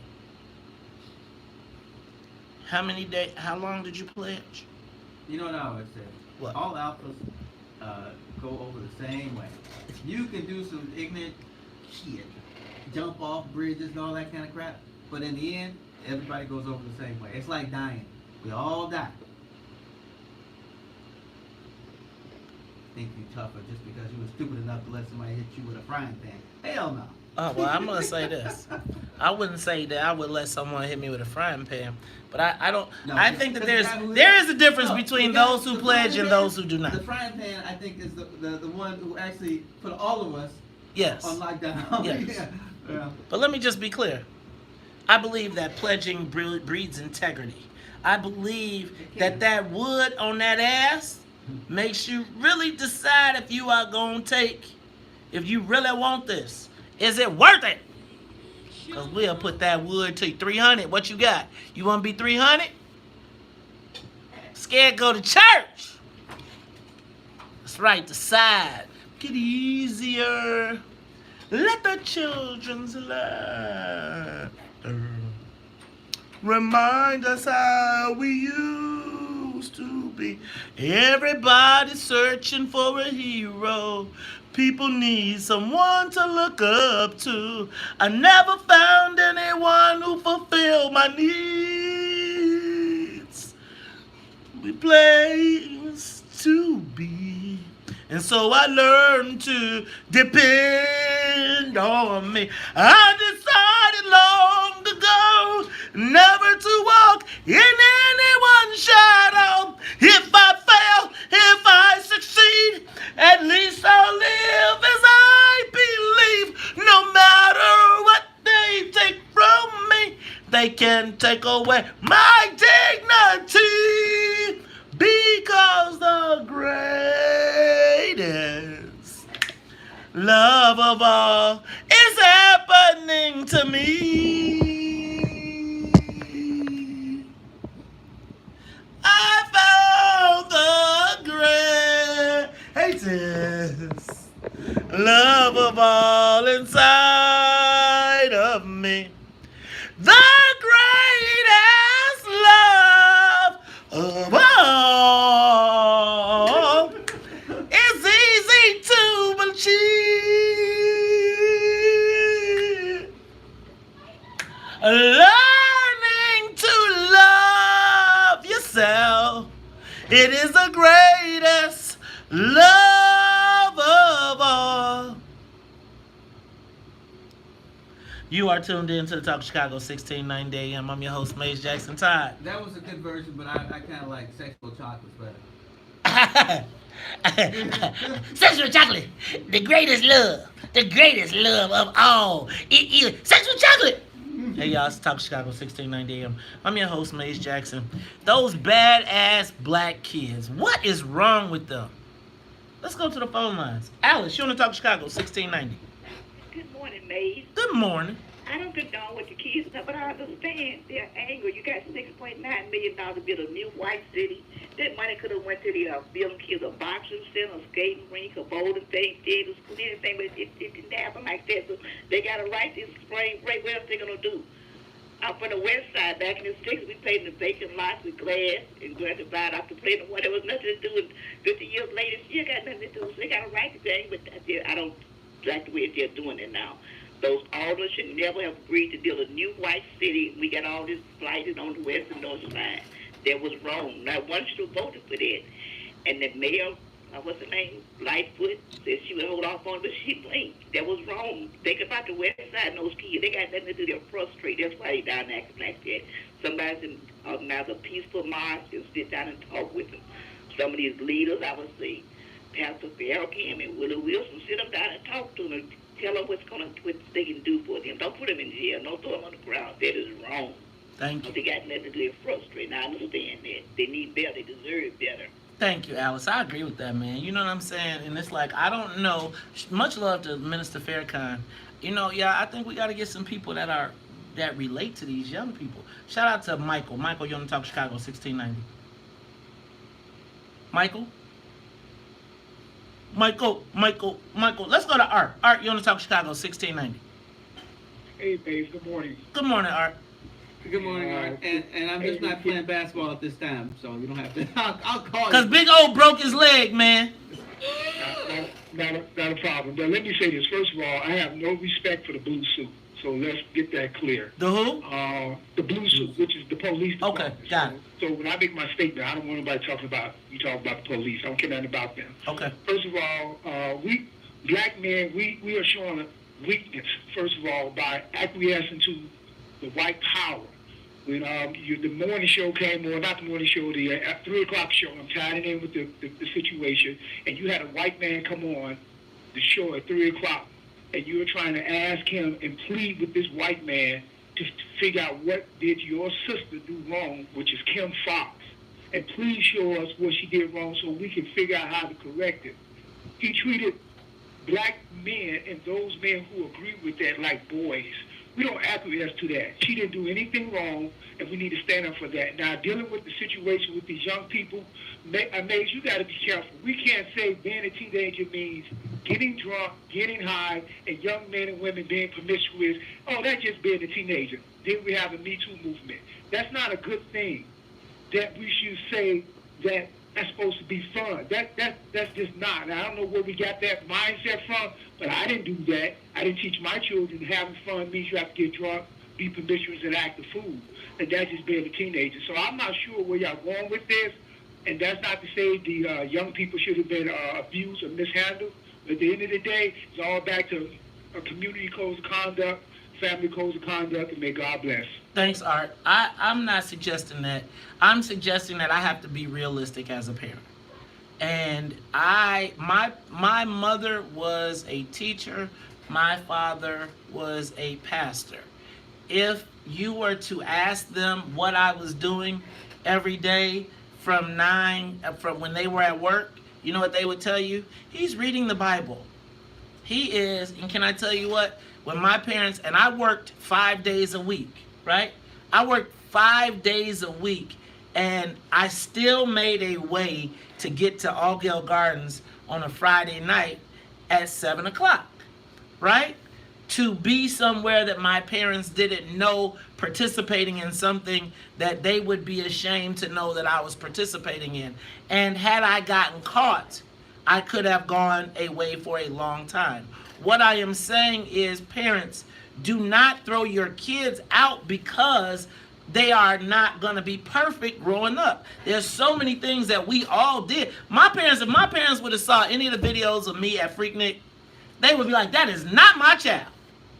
Let me go to Anthony. Anthony on the Talk Chicago 1690. Good morning, Maze. Good morning. How's everybody this morning? All right. First of all, they can't just, arbitrarily just say that kids cannot come downtown because they're black. Right. They're gonna always be threatening because they're black. They're scared of you, okay? So just because you're scared does not mean that these kids are bad. It just means that these kids aren't like we were willing to, yes, boss, you know what I'm saying? Yep. They're not going to do that. These kids are not going to do that. So if you start arresting them, you need to have something that they've done other than be black. Yeah, thank you, Anthony. I feel like it's crazy to me when I listen to people talk. Like, do y'all think that all this stuff that's been happening over the last 6 years, the kids ain't seen it?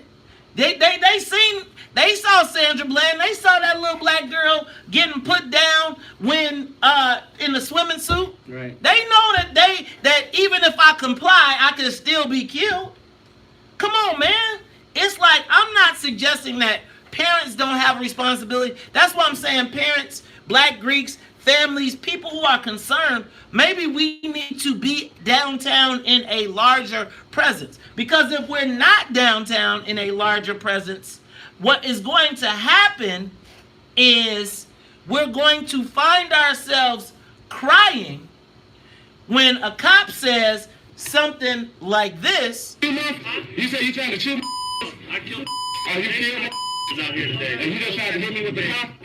And then he takes it to the next level, and the next thing y'all gonna be crying because it was your baby that got this.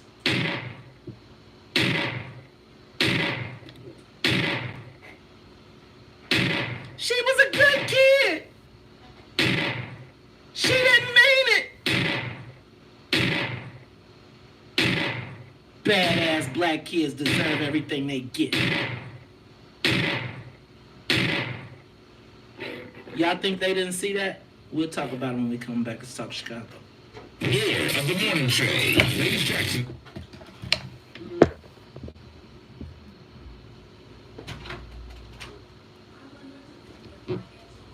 I'm just saying. So I guess we done said forget what's old boy, that Jason Van Dyke and Laquan McDonald. Like the police back to being we back to believing what the police say about our kids. That's where we at. I don't think we're there. That's for sure. I think that what happens is you get fancy and you forget. No, because there ain't that many fancy people. It's a lot of people think they fancy. Most of us are just in the middle class, and doesn't mean we're in the high middle class. We go and do anything every time we feel like it. But yeah, we like to see our kids do well. I mean, but it's like you say, we know teenagers can act up, but we don't want them to be targeted for failure just because they're black. I mean, nobody has showed me a video of the fights. Nobody has showed me a video. They said that they were loud, they were in large groups, and they were not listening to the police. Kids are loud, and they don't listen to police. They don't listen to their damn parents. Right. Yeah, when it's like any crowd. There's a whole bunch of them. They don't always listen. And if you pay attention, there were all the kids when the stuff started happening. It's the way it always happened. It's the ones that spoke when everybody else that's saying, man, I'm getting out of here because I ain't getting in trouble. That's me. But it's a lot of kids. No kids, when the police came, the kids wasn't like, ooh, F you police. They dispersed. Right, because it wasn't about being confrontational with the police for them. Right.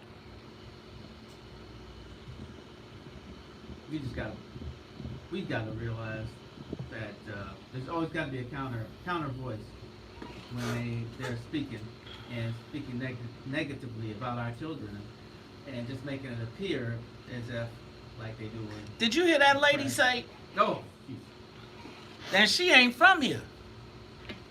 The animals.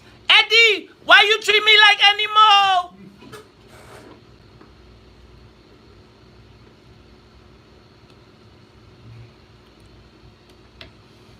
But there are a lot of things for kids to do, though. The hard part is getting them to them. So where's their public transportation to the stuff that kids do? I mean, you could jump on one train and be downtown and hang out all day. Oh, yeah. I mean, and there's some fun to that. I mean, as I was saying, we used to go downtown and go to a movie. We make a day of it. I mean, we plan it. We're going to go downtown. We're going to go to the Esquire. We're going to go to D.B. Kaplan's. And then we're going to go home. You know, that was our day. And it was fun. If it's real, you go to the McVickers, you see 3 movies, and that was like a day and a half. Man, that's what we used to go to. Let me tell you. In Bolingbrook, on a day off of school, all the kids congregated up at the Kmart Mall, right? We went to the mall because we only had a Kmart, and then they had like a little hallway down the hall, and they had 3 other stores, and we all hung out there, and then after that, we went to the movie theater, and we went to the movie theater, and we all snuck in 3 movies or 2 movies, and then we went somewhere else. When it was old Chicago, we went there. When it was the arcade, we hung there. But even at the arcade, they was like, those are the bad kids at the arcade. And the fact of the matter was, they wasn't the bad kids at the arcade. It's like, yeah, I couldn't go to Bittersweets because my parents was like, that's where the bad kids hang out. And it was all white kids. What kind of place was that? Arcade. Oh, okay. But it's like, it was like, they profiled that place. And so the police always descended on Bittersweets. And I'm saying that you think about who's got a social program that the teens want to do.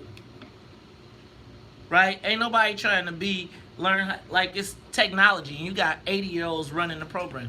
Is this us?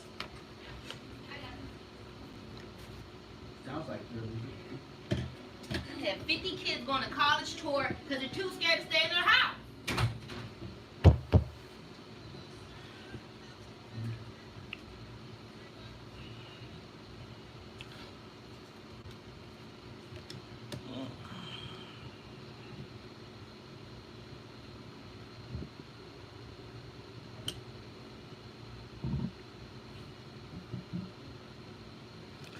You are tuned into the Talk Chicago 1690 AM. I'm your host, Maze Jackson. Got my man, Ty Stroger, and we are talking about these badass black kids. What's wrong with them? Or what's wrong with us that we're willing to throw them overboard so quickly? I think that we parents forget oftentimes that we were young one time. I keep talking about the people who went to Freaknik, and they say, it's not the same. I think that if you were stopping traffic, if you was partying in the middle of the street, I still haven't seen a brawl, videos of these big giant brawls.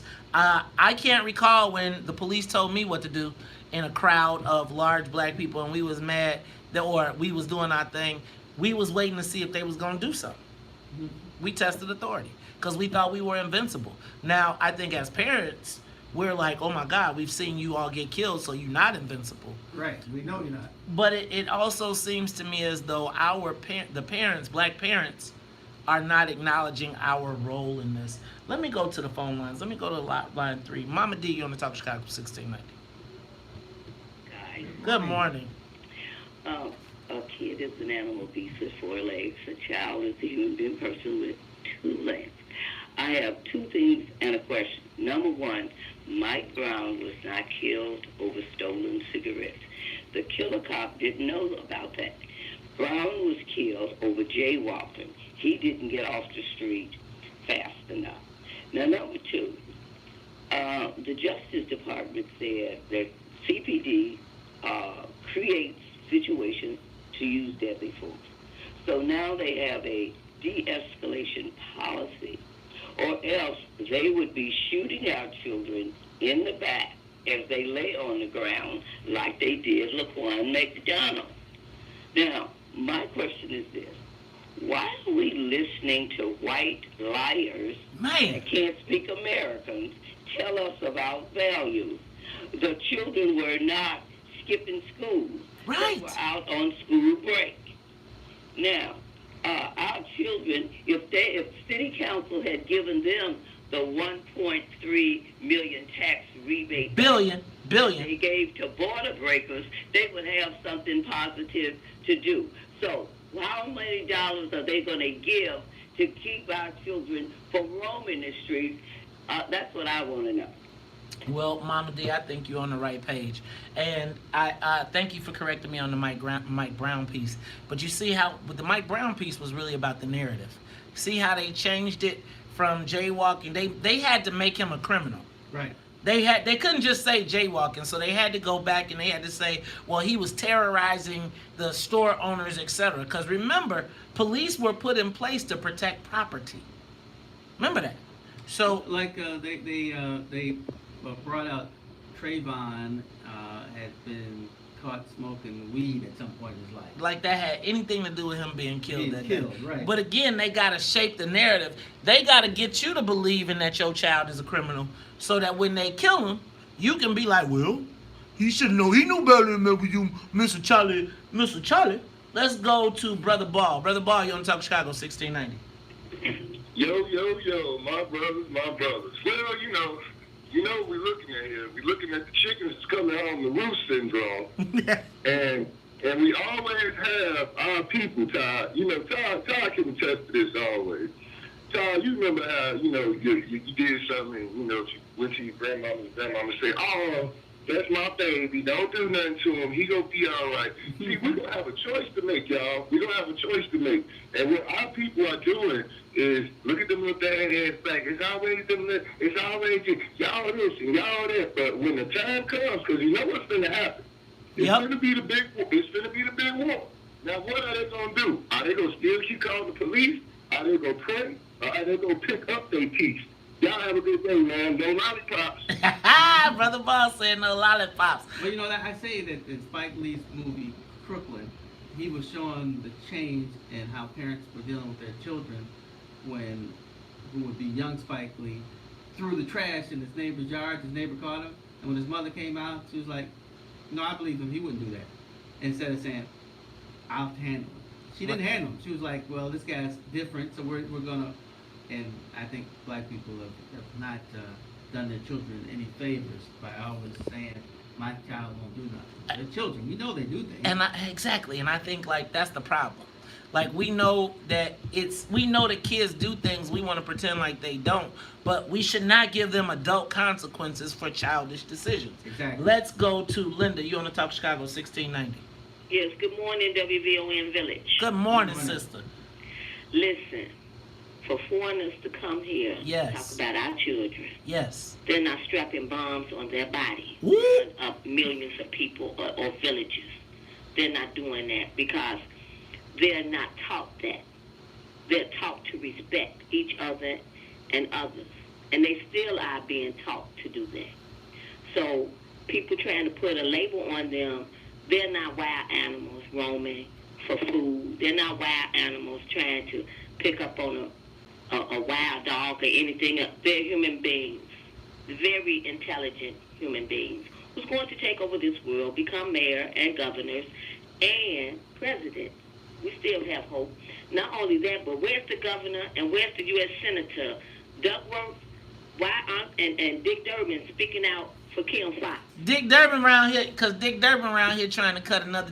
Don't get me started talking about Dick Durbin. Who business? How can he get in some more black business? Let's go to Eugene. Eugene, you're on Talk Chicago. You got 30 seconds. All right, good morning, my mighty race, my mighty brothers, kings and queens. I just want to speak on the youth, man, how we can also inspire the youth. But also I want to speak on too, like when the people teach a race how to, to demean and to degrade themselves, they can also teach them how to kill themselves. We got to look at too that this system is training us and teaching us, and also everything we know. So once we break the changes off our mind, we'll understand the tricks that they got going against us. Like our mighty youth, is our revolutionary. So they're gonna continue to paint a picture of evil and what we do that's wrong, but at the same time they're afraid of our power. So once we understand the power we have, we'll come together and know that this evil system is weak. They can't think. We give them all the power. So all I'm saying is it's a racist system. Ain't nothing gonna change till we change it, and we must come together and defeat this wicked, these wicked people, because it's like the Wizard of Oz. They got that big loud voice, but when you pull back that curtain, you can see that weak old little person back there. Thank you, my brother. Let me go to Lewis. Lewis, you got the last call. Lewis? All right, so check this out, y'all. We cannot punish our children for life for doing things that we all did as teens. Now, I think that what was concerning for the white folks was 500 black folks, and what happens if that becomes 5,000? Right? What happens if that's 5,000? Let me ask you, tell me the time when you could see at Lollapalooza 30 white kids laid down on the ground and their parents would be defending the police. You would not find it. I don't care if them kids slapped the police. Their parents would not say, you can do what you want to our kids. They would say, you bring me my kid and I will take care of him at home. That's what we want for our kids too. Look, it's Talk Chicago 1690. When we come back, we're going to talk about Rocky Works and some letters written to Lori Lightfoot. Where are we going? And literally, I want to talk about who actually likes Rom. Who liked Rom while he was here. It's the Talk Chicago. We'll be back. The Talk of Chicago and the... I just can't believe how many people have cashed out our kids. Like, I cannot believe the number of people. And again, when you find yourself agreeing with people who are not from our community about our kids, then you got an issue. I want y'all to see Reconstruction, though. You should watch Reconstruction 1 and 2. And it... WTTW, you said, right?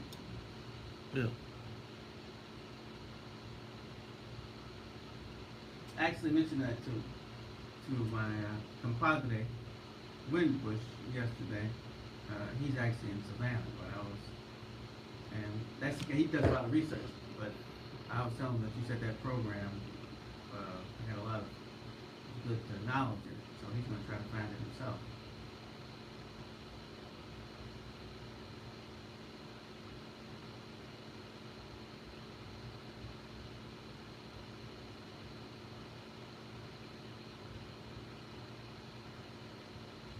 I just found a book upstairs. Just can't remember the name of the cat. So but John Hope Franklin did his biography, and he was like the first state representative for one of the southern states, I think it was. He was an ex-slave, ran away and joined the Union Army and became a minister. I think he must have gone to some school to become a minister. Was such a successful character. I should remember his name. I'm going to actually read that one. What happened? It's just a guy in Black history who comes up through Reconstruction. He had been a slave, and he had escaped and joined the Union Army and fought in the war, and then he worked his way up through life and became a state senator. And then they took all this shit. Yeah, of course. And then as the troops left the South, and they left the South at a staggered pace. They didn't leave all the states at the same time. But as they left, the white people took over, and in some fashions it was violent. They just come in and throw out whoever was in charge, if they were a black person, and put their own government in. And if you've ever seen, what is that thing about a nation? Oh man, the D.W. Griffin movie, Birth of a Nation. They have a scene where the black people are in the government, and of course they're doing all kind of stuff. Feet on the table, eating, playing games, and then the white people come in and save the government by kicking them out. So this whole propaganda, even when we're supposed to be free, that we are not qualified and intelligent enough to do things, has been going on for as long as black people have been here, free or not, or so-called free. So that's what we're fighting. We're really fighting that notion, and that's part of this whole thing with our children, where they are painting a narrative that our children are going to be disruptive and basically take what they got. Because, they're generally afraid that we'll either marry their daughters or take their goods. So, we got to fight that narrative. But we also have to teach our kids how to not put themselves in situations that get them arrested and in jail. We all have done some crazy stuff. For the grace of God, there go I. I'm saying, y'all, if for everything that I did stupid as a teenager, and I'm not saying that I just got lucky that I didn't get caught.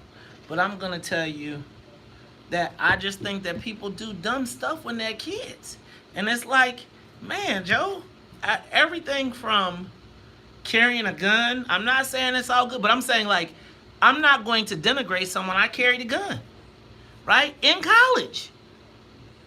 And so my point is, and if I would have got caught, I would deserve what I got. However, what I am saying is, I am also not naive enough to be not to be thankful that I didn't get caught for all the dumb stuff that I did. The other part is, though, I don't know what these kids did that... Let me back up. I don't know what they did that warranted them getting laid down. I don't have a problem with the police saying, hey, man, you out of pocket. Calm down. Don't make me have to call your parents. I'm even okay with them getting a contact card. Right? If you was the rowdy guy and you got caught, somebody always got caught, so you got to get the rowdy card. But to tell me, for us to be like, these kids are, like, they was laying these kids down on the... I didn't see a broken window. I did not... I'm still waiting for the video of the fight. Show me the video of the fight. And tell me why the video of a fight requires that 30 people get arrested. What happened was 30 people didn't shut the hell up when the police said shut up and stop talking. And quiet as it's kept. Who says what, Mike?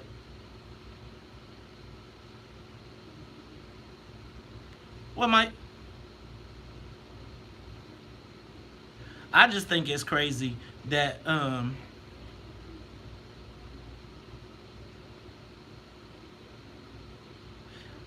Tate, don't worry about. I can't worry about what Joe Walsh does, right? Like here goes my thing. It's like I know what he probably framing it as: white people who do their thing. It don't mean that I can't have a conversation. Y'all be cracking me up, man. It's like this. I don't speak for people that I have friends with, and we can disagree.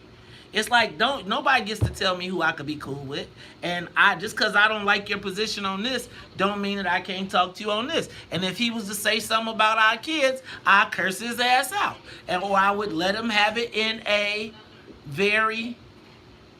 I would let him have it in a very succinct way, because in that case, that's when those guys think they're smarter. So you have to tell it the way it is. But Joe Walsh, my friend Joe Walsh, don't got nothing to do with this. This is, if he was framing it, shit, black people are framing it worse than Joe Walsh. Shit, y'all are validating Joe Walsh if he says something crazy. I seen more black people saying craziness. It's like white folks be like, yup, I told you. And Negroes be like, yup.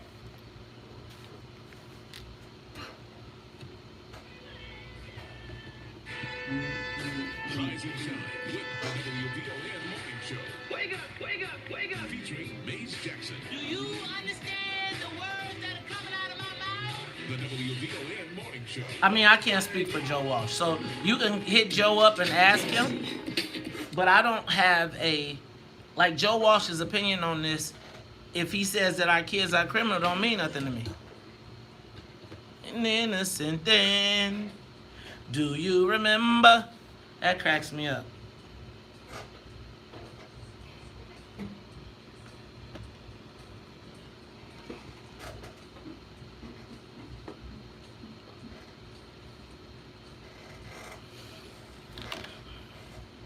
Well, I'm just saying, white kids get taken home to the police by the police. I seen it all the time. I seen white kids acting a fool, stealing, robbing, doing drugs, everything, and they get put in the backseat of the car and dropped off with their parents. We just don't give our kids that courtesy. Right. Because we're saying that we already know what their answer is going to be. Again, I'm telling you, the kids that went downtown, probably a lot of them got parents that would be pissed off if they found out that they was on some BS. My daughter used to go downtown all the time. And do I think that she didn't ever hook up? Her friend got killed in his room because he had a gun, because they didn't want to go downtown but he still carried a gun. It's like it can happen where it happens. We need to create a safe space for our kids to be at then. You are tuned into the Talk Chicago 1690 AM. I'm your host, Maze Jackson. Got my man, Ty Stroger, but y'all know how we do at the top of the hour. Got to say what's up to the WVON Morning Show team. What's up to Annette Flournoy in the newsroom, as well as the Wonder Twins, Sonia Escobar and Sonia Tompkins. Hey, Todd, I'm going to move on in a minute, but Todd, there have been so many occasions when I have seen, I grew up in Bolingbrook and I saw white kids do some of everything. Mm-hmm. Because it was so many more white people, the white kids were the delinquents. Now, I also watched them make black people delinquents. But the real delinquents were oftentimes the white kids. But can I tell you what used to happen to them when they would act the fool? What happened? The police officer would be like, get in the car. Put him in the car, and then take him to his mama house and say, do you know what he was doing? And leave it to the parents too. Because you know what they were concerned about? They said, we don't want them to have a record. You know, kids do knucklehead stuff. And then, Todd, like, what? What? You didn't. Can I tell you when I got out of knucklehead mode? When? After 25. Oh, actually, when we were at school, my sister's school, St. Ignatius, they had a sociologist, I guess he was, come out, and he had gone to school and he had, anxiety and stuff. He said he had all this trouble, and so he became a sociologist because he wanted to know, exactly what was going on with him. And he said that studies show that males tend to mature at 25 and females much earlier. So I could believe that, because Todd, can I tell you what? In another life, when it was a different Maze, people referred to him as the old Maze. The old Maze came up during the era of the transition from hip hop that was conscious like X-Clan to NWA to the Mobb Deep, Wu-Tang Clan, and there was a time until I was 25 where there was a component of me that felt like I needed to be hard, that needed to be tough, that needed to continue. East-West fight. Well, it wasn't the East. To make sense. Well, actually all of them was gangsters. It was just the East Coast version of a gangster, which was more like mafia, and the West Coast, which was more like colors. Uh-huh. But Todd, can I tell you that at the University of Illinois, at Urbana-Champaign, there was a group of young black people, none of them that I know, that did things that if their parents knew that they were doing them, would be offended. And probably would have went to jail in some cases. In some cases did go to jail. I am grateful for the opportunity. I'm grateful that no one said throw me away then. Right. I'm grateful that nobody said that, you know what, them cops are right. This dude is a problem. See you later. Because when I turned 25, I kind of got it together. And now I'm feeling like I'm starting to hit my stride. And so part of what I don't want us to do is criminalize our youth at 17, 16, 18. And not only are the police saying screw them, but black people are saying screw them. Mm-hmm. Right? When the stalwarts of our community, the leaders, the people who are going to, you know, like, we can do all the community service and all that stuff when it's sexy. But when it's time to do the real service, when it's time to be on the front lines, like everybody go do a can shake. Everybody can go volunteer at a shelter. Everybody can have a cool, sexy party for their friends and donate the money. But when it's time for the real work, the easy answer is to throw our kids away instead of saying, no. If a black kid came downtown and don't know how to act, then maybe it's our responsibility to show them how to act or to put some guardrails up. Right. We need to put the guardrails up. We don't need to say, okay, police, handle our kids. So if you know that the police are waiting, because when the kids start getting on at 95th, then they take the next exit and the next exit and the next exit. CTA is saying, there's black kids coming, there's black kids coming, so that by the time the stop gets to State, Lake, and the L, the police are waiting for you to come up the ramp and say, come over here. Let me see your ID. What are you doing? Now, if I ain't did nothing, I'm not listening to you. You ain't making me show no ID to come downtown. Right, because you feel like, what did I do? What did I do? So now, before I even start, I got a chip. Right. And I'm a teenager, and I feel like you're probably going to kill me anyway. I am suggesting to us that, guys, there is more than one issue here, and I don't want to see... Let me tell you what Brian Hopkins would love nothing better than to do. Because he blamed this on Kim Fox, too. Right? Yeah, he blamed this on Kim Fox. No. The second ward alderman who said no black people in Water Tower Place, the second ward alderman who is building a white city, a white gated community, so you Negroes can't come in, with entertainment and everything, said that this is because we've become light on crime, that we haven't been tough on crime. And so these colored Negro kids are coming down here disturbing our beautiful city. Y'all mean to tell me that in a city with 57.5 million tourists, y'all can't handle 500 black kids? So they had, think about this, they said there were over 200 police officers out there for 500 kids. Man, they had to pull them from some... Jussie Smollett's detail. They went and got them from Jussie Smollett's detail. My wife suggests that people read Understanding the Teenage Brain. That's a book that the guy was talking about earlier. Nobody can understand the teenage brain. Let's give you some insight. Well, so you won't be surprised when they're not acting the way that you think that everyone should act. And then it seems like at a certain point, Todd, it clicks. It's like, it feels like all the stuff that you told them, I feel like all the stuff my parents told me, like when I turned 25 and someday something happened, I was like, oh, I'm telling my son that I repeat the same thing over and over. I know I'm a pain in the butt, but he's 19, so I just keep on telling him, and I'm like, you know, I'm gonna keep telling you this. I'm gonna take you where I go, and one day you'll be like, oh yeah. I just think like these kids. Todd, what can you tell me what you do for spring break if you live in Chicago and you're a black kid on the South Side? What do you do? Your parents don't have, see, it's funny to me because the people who talk all the stuff got the money to put their kids everywhere, you know, go on spring breaks, all of that good stuff. My son had the audacity, like, Dad, where we going on spring break? I was like, you going to AAU. I just spent your spring break money on AAU basketball. He said that was expensive. Right? Yeah. But again, think about what you're taking off the table. I used to say, I was talking about this last night, and I said, do y'all remember going to the Evergreen Plaza in the heyday when it would be like everybody's street organization would be up at the plaza, as well as the preppies, as well as everybody came there. Yeah, that's when I stopped going to the plaza.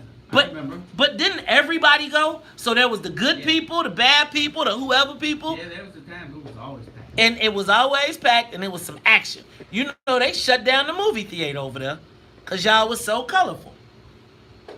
Right? Remember that?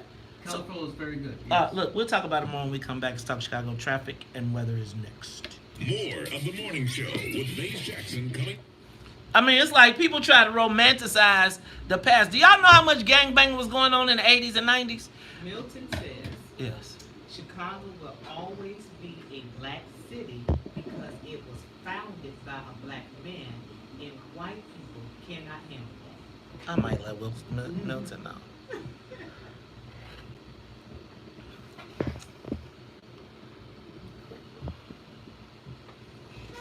Y'all not ready. I mean, I feel like people are. Think about this. Okay, so let's just be clear. I have people tripping on me about what happened downtown. Do y'all know it was gangbanging going on in college? Yeah? You mean at the college? By college students. Right. Y'all realize there were shootings at campus, at I-State, at U of I.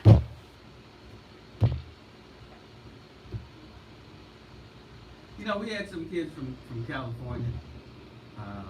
They lived down the hall from me. I never got to really know them. But somebody told me they were going out with some guy, and they were like, well, we're going over here to see these guys first. And they drive over to their house, and they said they had guns and coke all over the table. They're like, I ain't never seen anything like this. This was like a movie. But I'm telling you that there were people like that in college. This is college. I'm saying, and let me tell you, there was a point in college when we thought we was the next, we thought we was finna be the next cartel. And all of what you're talking about, we was owning. And again, y'all act like there's not appeal to there's an appeal to the street life part of it too. Right? Because the girls, they love the bad the boys. girls love the bad boys. And let me tell you, every time you got into even downtown, the tough guy who gets into the fight, it's always some chicks that be like, I seen you. You tough. You knew what, Mike? Yeah, they are groupies. Oh, yeah, I'm grateful that I didn't get, I wanted to be tough because everybody thought I wasn't. So I went above and beyond, right? When I got out of my parents' purview, I did extra, more, and worse. And I'm grateful, and I'm telling you, it literally was the Champaign Police Department was like Taking care of you. What a strange thing. But they were like, man, when they read all the charges and everything I was involved with, they was like, how is this kid with straight A's doing? And they said, we can't throw him away. You're a made-for-TV movie. And then they said, and then when I got in trouble again, it just happened to be my public defender was my judge, and she was like, oh, dog, I'm giving you probation, but you need to go to Chicago because you're going to jail. And again, I was enjoying the toughness of being one of the guys. One of the... Was this us? Boom. This... Look at you. Said... They trying to throw people away for what they did when they was 18. I was like, gun-toting, gang. Said saved my life, y'all. One night I was drunk at a party and dropped a pistol right by the police officers. Dropped a straight up 38 and it was dirty in the mud. And guess what? My man said, kicked it down the way and got it. I didn't even notice I had dropped it. Y'all wouldn't even known Maze Jackson was here. You get right? Bro, and that gun was filthy.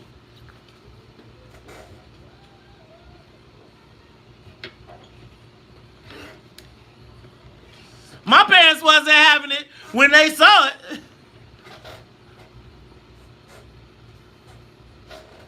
You are tuned in to the Talk of Chicago 1690 AM. I'm your host, Maze Jackson. Got my man, Ty Stroger. This is America, y'all. I'm going to take y'all calls. I'm going to ask y'all a little bit about, did anybody really like Ron while he was here? But I want to finish up these calls. Y'all, I feel like we don't even see our young people as kids and young people anymore. We don't see them as children. We see them as them kids over there, them badass kids. And I feel like at a very early age, we have almost discarded them, written them off. I feel like there's a class dichotomy that happens because I think that our arrived black people don't see those kids downtown as their kids, their children. They like, that's them CPS. They think that because they dropped their kid off in their Lexus and said, you can go to the water tower until 4 o'clock. And then you can go run around Navy Pier. They don't think that their kids know those other kids. They don't think that kids cross-pollinate. They don't think that everybody moves together. Y'all ever seen location services on your phone? So when your kids activate location services, that is how they meet up. And so one kid sees that there's 20 of their friends in their vicinity, and they say, where you at? Oh, I'm right here. Oh, you right around the corner. And the next thing a mob creates. They mobilize, not a mob. They mobilize. And then when you're walking around the mall, did y'all remember walking around the mall back in the day? Or walking around the plaza? Did you walk around by yourself? That was in my day, my time. Okay. When you went shopping, did you go with your guys? No. Because your mom was buying your clothes? Yeah, pretty much. Okay. Well, for us, we all went to the mall together. So it would be like how many of us could fit in a car. But if we could get 5 cars to go, then we all took the 5 cars. And as soon as we parked, we all mobilized and we walked around the mall in a mob. And then we would see somebody else from another school or our school, and we would click up with them because, hey, did y'all see that the Naperville was here too? So they're in the Bolingbrook, then the Naperville would be on one side. Then we'd be like, them Naperville punks, we could take their girls. Right? And then we'd be like, man, he's soft. Look at him. Like the girls, and then you'd be like, who can we embarrass a little bit so we can make the girls be impressed? And you know how the women do. Oh, you so tough. And so then it's the guys that realize bad boy. Hey, check this out. Women, y'all do know bad boys. Y'all are really the cause of most of the fights. Because if it wasn't women around, guys would walk away. But when the women around, they be like, oh, no, I got to display my manhood. But I'm telling you all that we cannot discard our children. Let's go to the phone lines. Sean, you're on the Talk of Chicago, 1690 AM.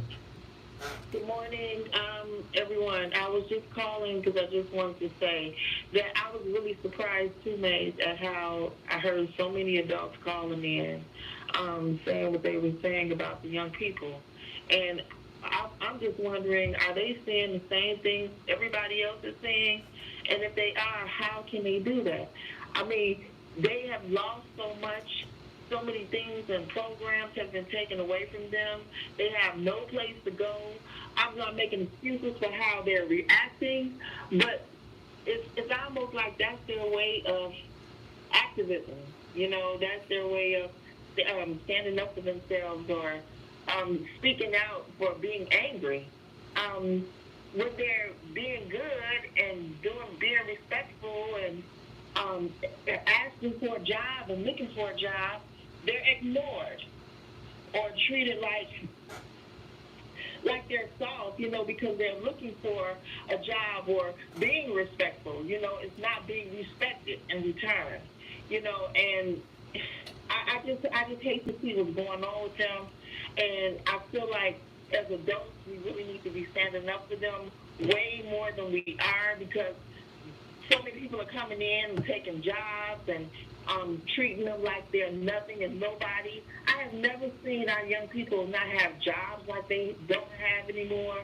You know, for them, all after Rob Manuel, and I'm just really kind of upset about the whole thing. Thank you, Sean. I'm gonna tell you, I don't know if it's just Rahm Emanuel, but I think when Rahm Emanuel and those guys can criminalize our kids and we are complicit, then it's all of us. And I just think about these young children trying to figure out their way, and nobody is defending them, right? Like, I just think it's crazy to me that if I was to turn on the TV and I was a young person, I was like, that wasn't me. I was watching all those little young girls that were downtown that were running away from whatever trouble it was. And the cameras are showing them. And there's nobody saying these ain't all criminals. Right. And so if I'm a child and I see that you're not going to defend me, you're going to throw me under the bus, well, I'm going to be what you want me to be. Let me go to Lewis. Lewis, you're on the Talk of Chicago, 1690. Good morning. Good morning. The problem is that we're not looking at the agenda. The agenda is that they're trying to get rid of the black people out of Chicago. And so now they're attacking our kids by putting their faces in the ground and humiliating them.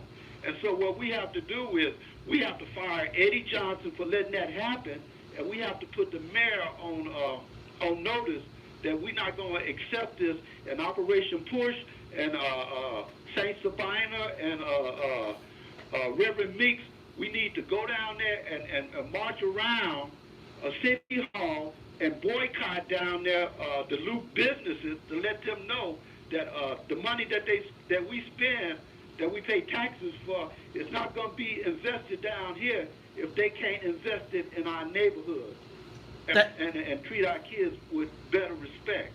Thank you, my brother. I appreciate that. You know what I think? I'm watching Earl Winfrey and Mike Brown, who are two people that are very vociferous, and I'm suggesting, I think I like their idea. What happens when, is it possible to do like 500 black parents every weekend during the summer downtown?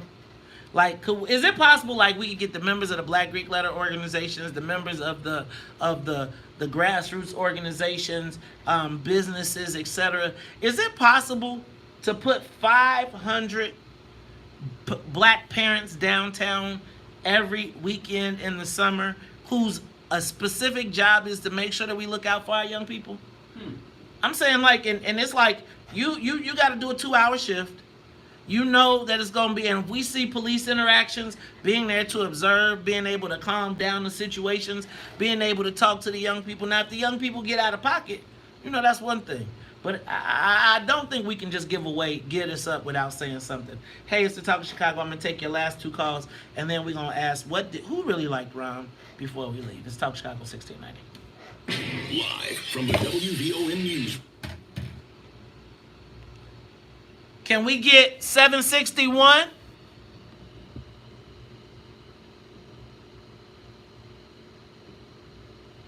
I ain't dressing down either. I'm rocking. I think everybody in their organization should rock their gear, right? So if you're an alpha men should put on their dresses and. I can't you Sigmas out there. You through. Oh, you look at, hey y'all. You know the bros are really nervous about Todd getting us. He gonna look at that. Look at she's stretching out. He getting his muscles right. Look, we gonna put Otis on the team. Where am I, Otis? But again, think about how cool that could be if we just said 500 of us, like if all the Black Greek letter organizations, and the whole premise would be to observe, to not and to interact. Like, and when police get involved, and we go tell Eddie Johnson, yo, frat, we coming downtown, and there's black parents that are civilized. They ain't here to get into it with the police, but we'll take responsibility for the kid. Now, parents, if your kid get out of buck wild pocket, then we're going to take them around the corner and put the... Battle? That's an interesting thought, though. I'm saying, could you imagine, like, if it was an armband, and it's like, black kids, black children, we love our children, right? And it's like, black child, I love you, or something like that. Something that allows the kids, if they got challenges or questions, to come to you, as well as for the police or whatever. And the police say, yo, man, y'all got these rowdy kids over here. And I'm saying, you put a troublemakers crew together, right? And the troublemakers crew is a bunch of 6'7" black dudes that's like, hey, shorty, cool out. You ain't go, shorty, cool out. And meet them at all the levels, right? Know that you know you're going to have some tough guys, but I still say that the toughest tough guys, they ain't coming in that pack. The toughest tough guys is coming together. Or the toughest tough guys is coming downtown with they ladies so they don't have to be in no mess.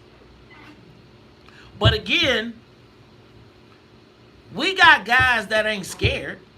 Could you imagine? So you put them you put the big guys, and even if we had a pamphlet that says, be on your P's and Q's downtown, and it's drawn and it's something, and it's like, when you downtown, here are the things that you should be on the lookout for. Right. Black kids know this, and this. If you have an incident with the police, call this number, and someone will be dispatched over to that spot. We got, you tell, like we get John Griffin and AGB and these security companies, and you have them they got to donate some of their time or their staff, and they can be the liaisons between the police and the people. If the kids are acting up and the police get involved, you call AGB because they're already cops, and they say, yo, we got it from here. And even if they decide they're going to arrest the kid, they take the discrimination and put them in a car and take them to their mama and deliver them to their mama the same way. Uh-huh. That's good, babe. That's why you're Maze the Thinker instead of Maze the Thug. Well, you're a Sigma, so I guess you're kind of a thug, but that's different. So, see, now if I said you're an alpha, you're kind of a... You'd be mad at me, right? You know I'm the mall king, right? You know, ignorance is part of Greekdom. I am the mall king.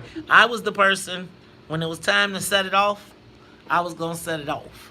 And if it was time to set it off to a physicality level, I was setting it off. Gotta be the straw that stirs the drink, huh? Mm-hmm. I would tell you that I'm the reason that they have metal detectors at U of I right now. I remember they put metal detectors in 1990. I'm just telling y'all, it was a lot going on. Yeah. And it's like, it's a lot of people that said it wasn't, but those was the ones who ran to the sidelines at the end of the night. I'm glad, you know, from the 70s to the 80s here, like, just like Mace was saying, it got a little crazy. People snatching hats off people and all that stuff. If you stood the wrong way, you know, somebody trying if you was crossed up wrong, yeah. If your hands wasn't right, if it was everything. Yeah. And it's like, I be cracking me up because I be thinking of, so I feel like most of the people who say they didn't know that was happening, they mama didn't let them come outside. And my parents didn't really let me go outside, and I knew it was going down. Right? I feel like we romanticize our youth as though, I feel like during my teenage years was the highest gangbanging in the city. I felt like it was people, you could get killed any minute. I remember hats and, man, come on, man. When I was coming up, do y'all remember when The GDs had the amphitheater and they was doing all the concerts with it. I mean, it was real. Like, it was real. And so to act like this stuff that we're seeing now, it was 500 kids. It wasn't 10,000. It's like you trying to tell me that the CPD had to deploy 200 people to deal with 500 young black kids, but they just told us it was 57.5 million people that visited Chicago? Y'all got me. Y'all, we gotta do different math, y'all. We gotta do some different math.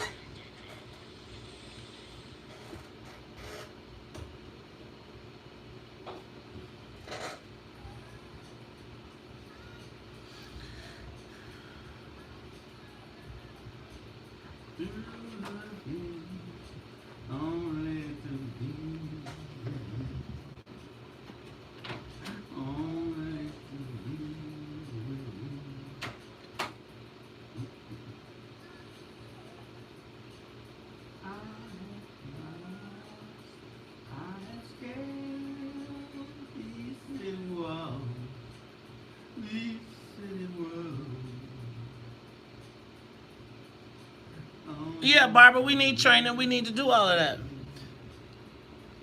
And we don't need we need de-escalation.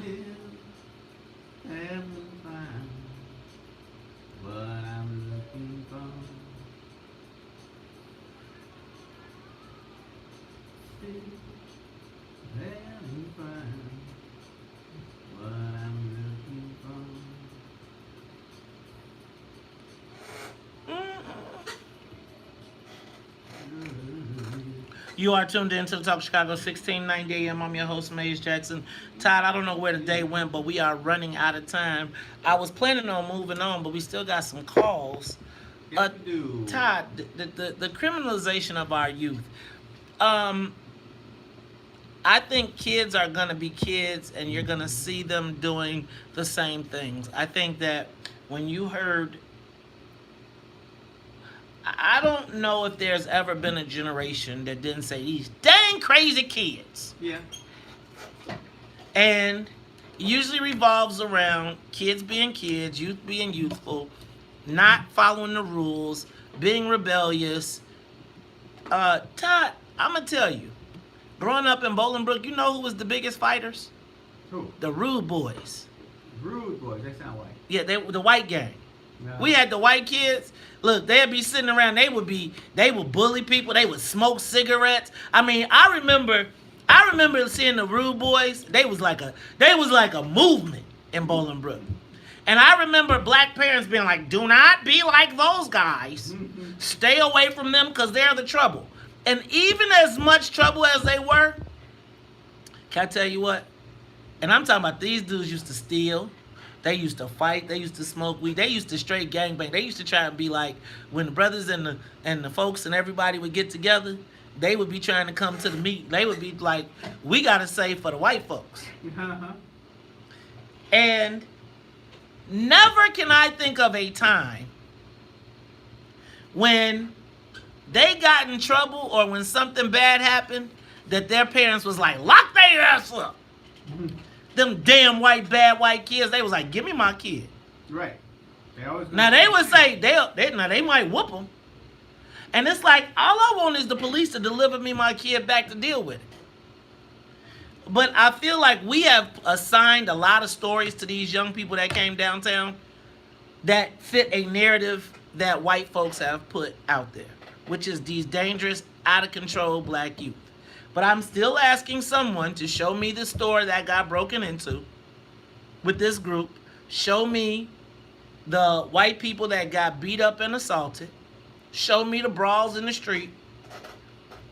Because I haven't seen any of it on the TV. I saw groups of kids running. But I haven't seen, I'm just saying. You know, if it was a brawl, come on now. You know that'd be on 2579 YouTube, Facebook Live. I wouldn't be able to get away from it. Do y'all? Because let me help y'all understand. How many of y'all know what Breitbart News is? I do. Breitbart is the white My nationalist. son just mentioned it the other day. Well, guess what?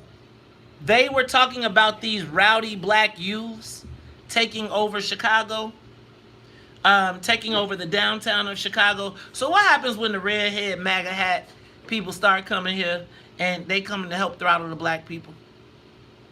Do y'all understand that they are creating a narrative around your kids? So when you think about the unruly black kids that are running around downtown and you're putting that in white nationalist magazines, what you think they doing? They tooling up. Like They- the militia at the border? Yeah, Like the we people. need to take the situation in hand. Right. So y'all saw that about the white militiamen down in the border, and they were locking up immigrants on their own. So what happens when the white folks say, because you know the white folks already trying to put downtown under house arrest. And then, Todd, you know, as young as you look, they're going to start IDing you. So what happens when they say the curfew for downtown, the perimeter of downtown, is now 8 o'clock unless you're over 21? Real. Yeah, no, I mean, I know it can peak. I remember when we went to Cincinnati way back when you were in high school. And Eric B. and Rakim played in Cincinnati. And they put basically a perimeter around the downtown area, and you couldn't go to the hotels unless you had to show the police a hotel key to get through the perimeter. Think about that. This is Eric B. and Rakim. Hey, y'all, let's go to the phone lines. The criminalization of black children, I don't know. Eric, you want to talk Chicago 1690, my brother? What's up? Well, good morning, Maze. Good morning, Mr. Trojan. Good morning. One of the things I wanted to say is that this criminalization actually starts before they're teenagers. It actually starts in school, where they're suspended at a higher rate. And one of the things I'll say is this: no matter what age people are, human beings need what I call validation and affirmation. And what affirmation are we giving these teenagers? When you look at white teenagers, you're telling them, you know what, here's what you can be, here's where you can go, here's what you're allowed and permitted to do. You're allowed the full freedom and flower. Black kids are told, on the other hand, you know what, your neighborhoods need to be controlled. Your bodies need to be controlled. You need to be controlled in school. And if you're not a problem as a black child or whatever, then they don't even see you. So it's kind of like people want to be seen and affirmed, and what you're affirming, what Alderman Brian Hopkins and the Democrats, and I'm not saying be Republican or anything like that, but what Brian Hopkins and the Democrats right here in our city are affirming is that, look, you only are going to be noticed when you're a problem. And so if you want validation and you want people to acknowledge your existence, then the only way that happens is if you're downtown doing something, because they're not acknowledging you any other way. I'm going to tell you, right. And I'm going to tell you that the black... Thank you, my brother. Thank you, Eric. I'm going to tell you, these black young people have seen how y'all did. They seen their parents. They seen you get rolled over by the police. They seen you lay down. They saw you lose your pension. They saw you lose everything. And then they saw you, they watched as Sandra Bland was killed. They watched as Trayvon Martin was killed. They watched as Mike Brown, Philando Castile. They've seen everything that you've seen. They've seen it. But you telling them to respect the system. You're taking up the white folks before you're acknowledging the pain and hurt. Have you talked to your kids and asked them what they think when the police talk to them? Have you talked to them and figured out, like, we saying be complicit because we don't want you to die. Have you considered that they might be ready to die? Have you considered that? Have you considered that they probably think that their interactions with the police will allow them to be martyrs in some cases? Do you think that our children are willingly walking to the front with the goal of dying? No, you got to ask, what do they have to live for? What story, when they comply with police, how does it work out? Sandra Bland complied. Where's she at? Right? They had Laquan McDonald in the police car. He was walking away. Away. They shot him while he was on the ground dead. Does any of that factor in when you're talking about what these kids are? I mean, because I'm mad at the police when I see them. I'm going to be like 10-2. I don't want no problems. But when I was 18, had I seen all the stuff that I saw, I think about what Rodney King did to me. I was in the streets. We was turning cars over at U of I because of Rodney King. We didn't see him. He was alive at the end of it. How many killings by police have these young people seen on viral video? But you would, and as you defend those same police officers, I'm not saying that police don't got that, but as you are defending them, do you think that's going to make them listen to you more or less? So when the kid comes home, when your kid comes home and he got dog crap and pee all over his shirt, because he just went downtown because he didn't want to be playing on 79th Street because you told him he couldn't be there, where a lot of kids would go because they want to be by the action, where they could be cool. Now you won't even protect him when he goes in a place that he should be safe. Y'all killing me. Look, James, you got this call, and then we're going to close out. We're going to go back. You know what? Matter of fact, let me go to traffic and weather, and then when we come back, James, we'll take your call. It's the Talk Chicago 1690. More of the morning show with Maze. I mean, think about in the last 5 years. Send you entire promo. Lines are full? People on the lines? Yeah, I just didn't put them up. Put them up there because I'm going to take their calls. I'm not going to talk about that. I'm going to talk about this, but... So I sent you the promo only because... What is it? It's some black stories. I mean...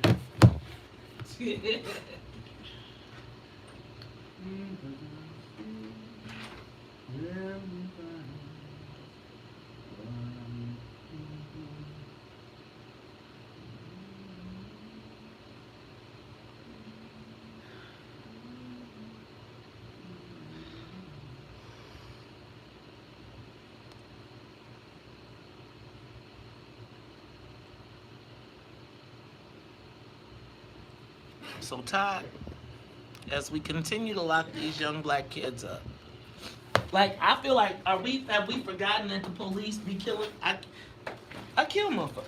Sonya, could you play when we come back after you play your music? I kill motherfuckers. Okay.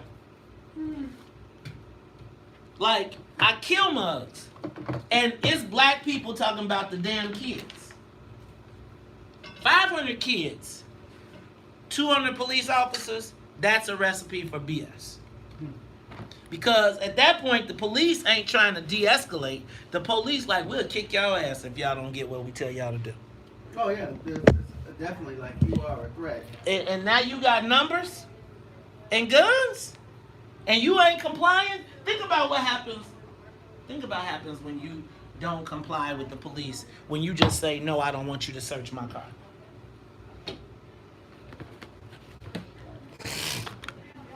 They tend to try to do it anyway. Right.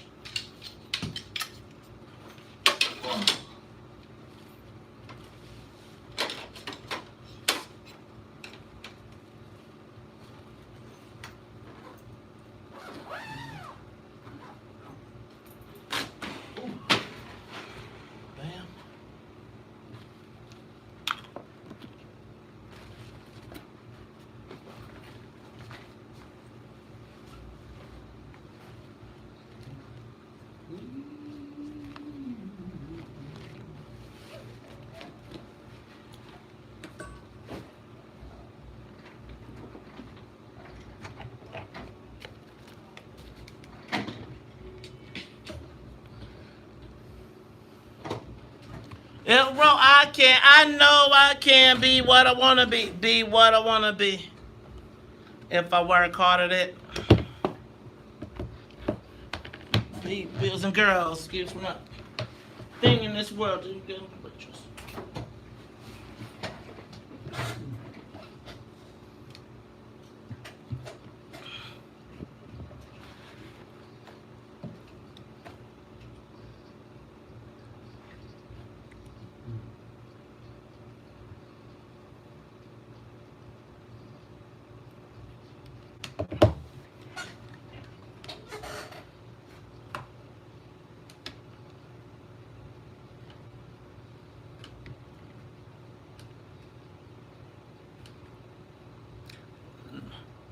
I know I can be what I want to be if I work hard at it. If I work hard at it, I'll be where I want to be. I'll be where I want to be. I know I can be what I want to be.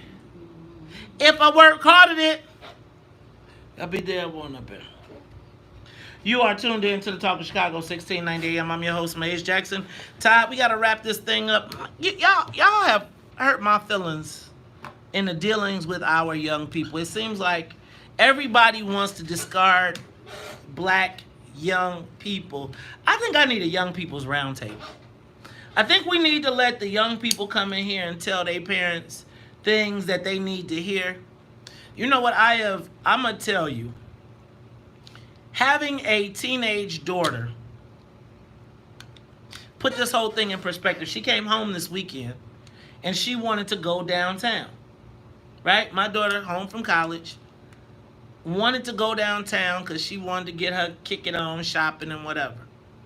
And think about this. My daughter, who has access to pretty much everything, I was like, well, maybe I should go with you. Mm-hmm. Right? Yeah.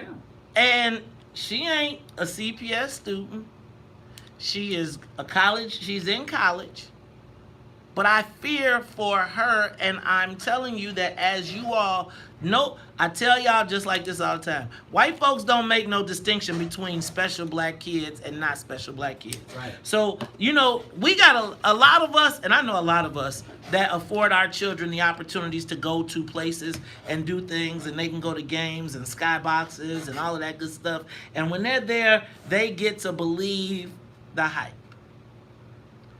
But when those kids get outside of your purvey and they're at the Wintrust Arena, or they're at downtown, or they're at a concert, they are now outside of your purvey and in the world that is not a place where we can keep them special. And when you can't keep them special to the police, they look very similar to who? Negroes. See, because the fact of the matter is, no matter how special you think you are, no matter how much money you've made, no matter how much you've achieved, when your children walk out the door, they are subject to the racial discrimination, anger, and white supremacy that money cannot take away. Mm-hmm.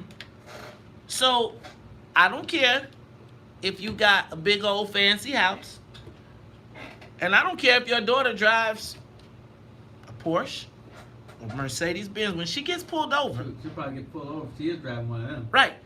And when she gets pulled over, or when he gets pulled over, nobody says, who's your dad? Who's your mom? Nobody says, what college did they go to? Nobody says, can I see your degree? They say, get out and get on the car. And if you've taught your child is going to be like, wait a minute. Don't nobody tell me my parents. I'm trying to help you all understand that we don't have any special black space right now. And so before you write off them kids, them badass black kids who ain't got no home training, right? Make sure that you recognize that somebody else is saying that about your kid. All right? Let me go to the phone lines. James, you're on the Talk Chicago, 1690. James? James. All right, let's go to Steve. Steve, you're on the Talk Chicago, 1690. Good morning, Maze. Good morning, Todd. Good morning. I understand I'm a big listener. Now, let me break it down real quick because I know you'll have a lot of callers. If you don't understand the system of white supremacy, what it is, how it operates, everything else you understand will only confuse you. Now, I didn't make that up. That's a quote from Neely Fuller's book, The United Independent Compensatory Code System and Concept.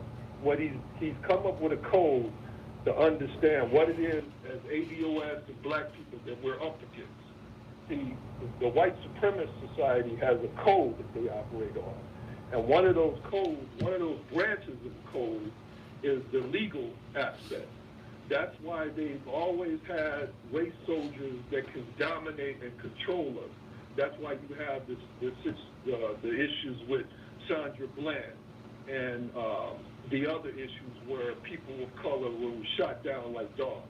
If we prepare our children with this information before they leave the house, that if they don't understand the system of white supremacy, how it operates and how it works, everything else they understand will only confuse you, because that's why we have this issue. We don't accept the fact that we're up against a system like that, and if the system is designed to keep people of color under control, dominating. And thank you for taking my call. Thank you, Steve. I think so too. I think that they win the war when they got you saying what they saying about our kids. Mm-hmm. Right? So when you find and this is all I need to say to all the black people out here. When you find yourself in agreement with Mount Greenwood about black people, something you need to look at yourself. Now, I'm going to ask y'all again. Take away the Channel 7 hype and the 2579 hype of the kids walking towards the camera, because that looks exciting. I want somebody to give me the video of the kids brawling.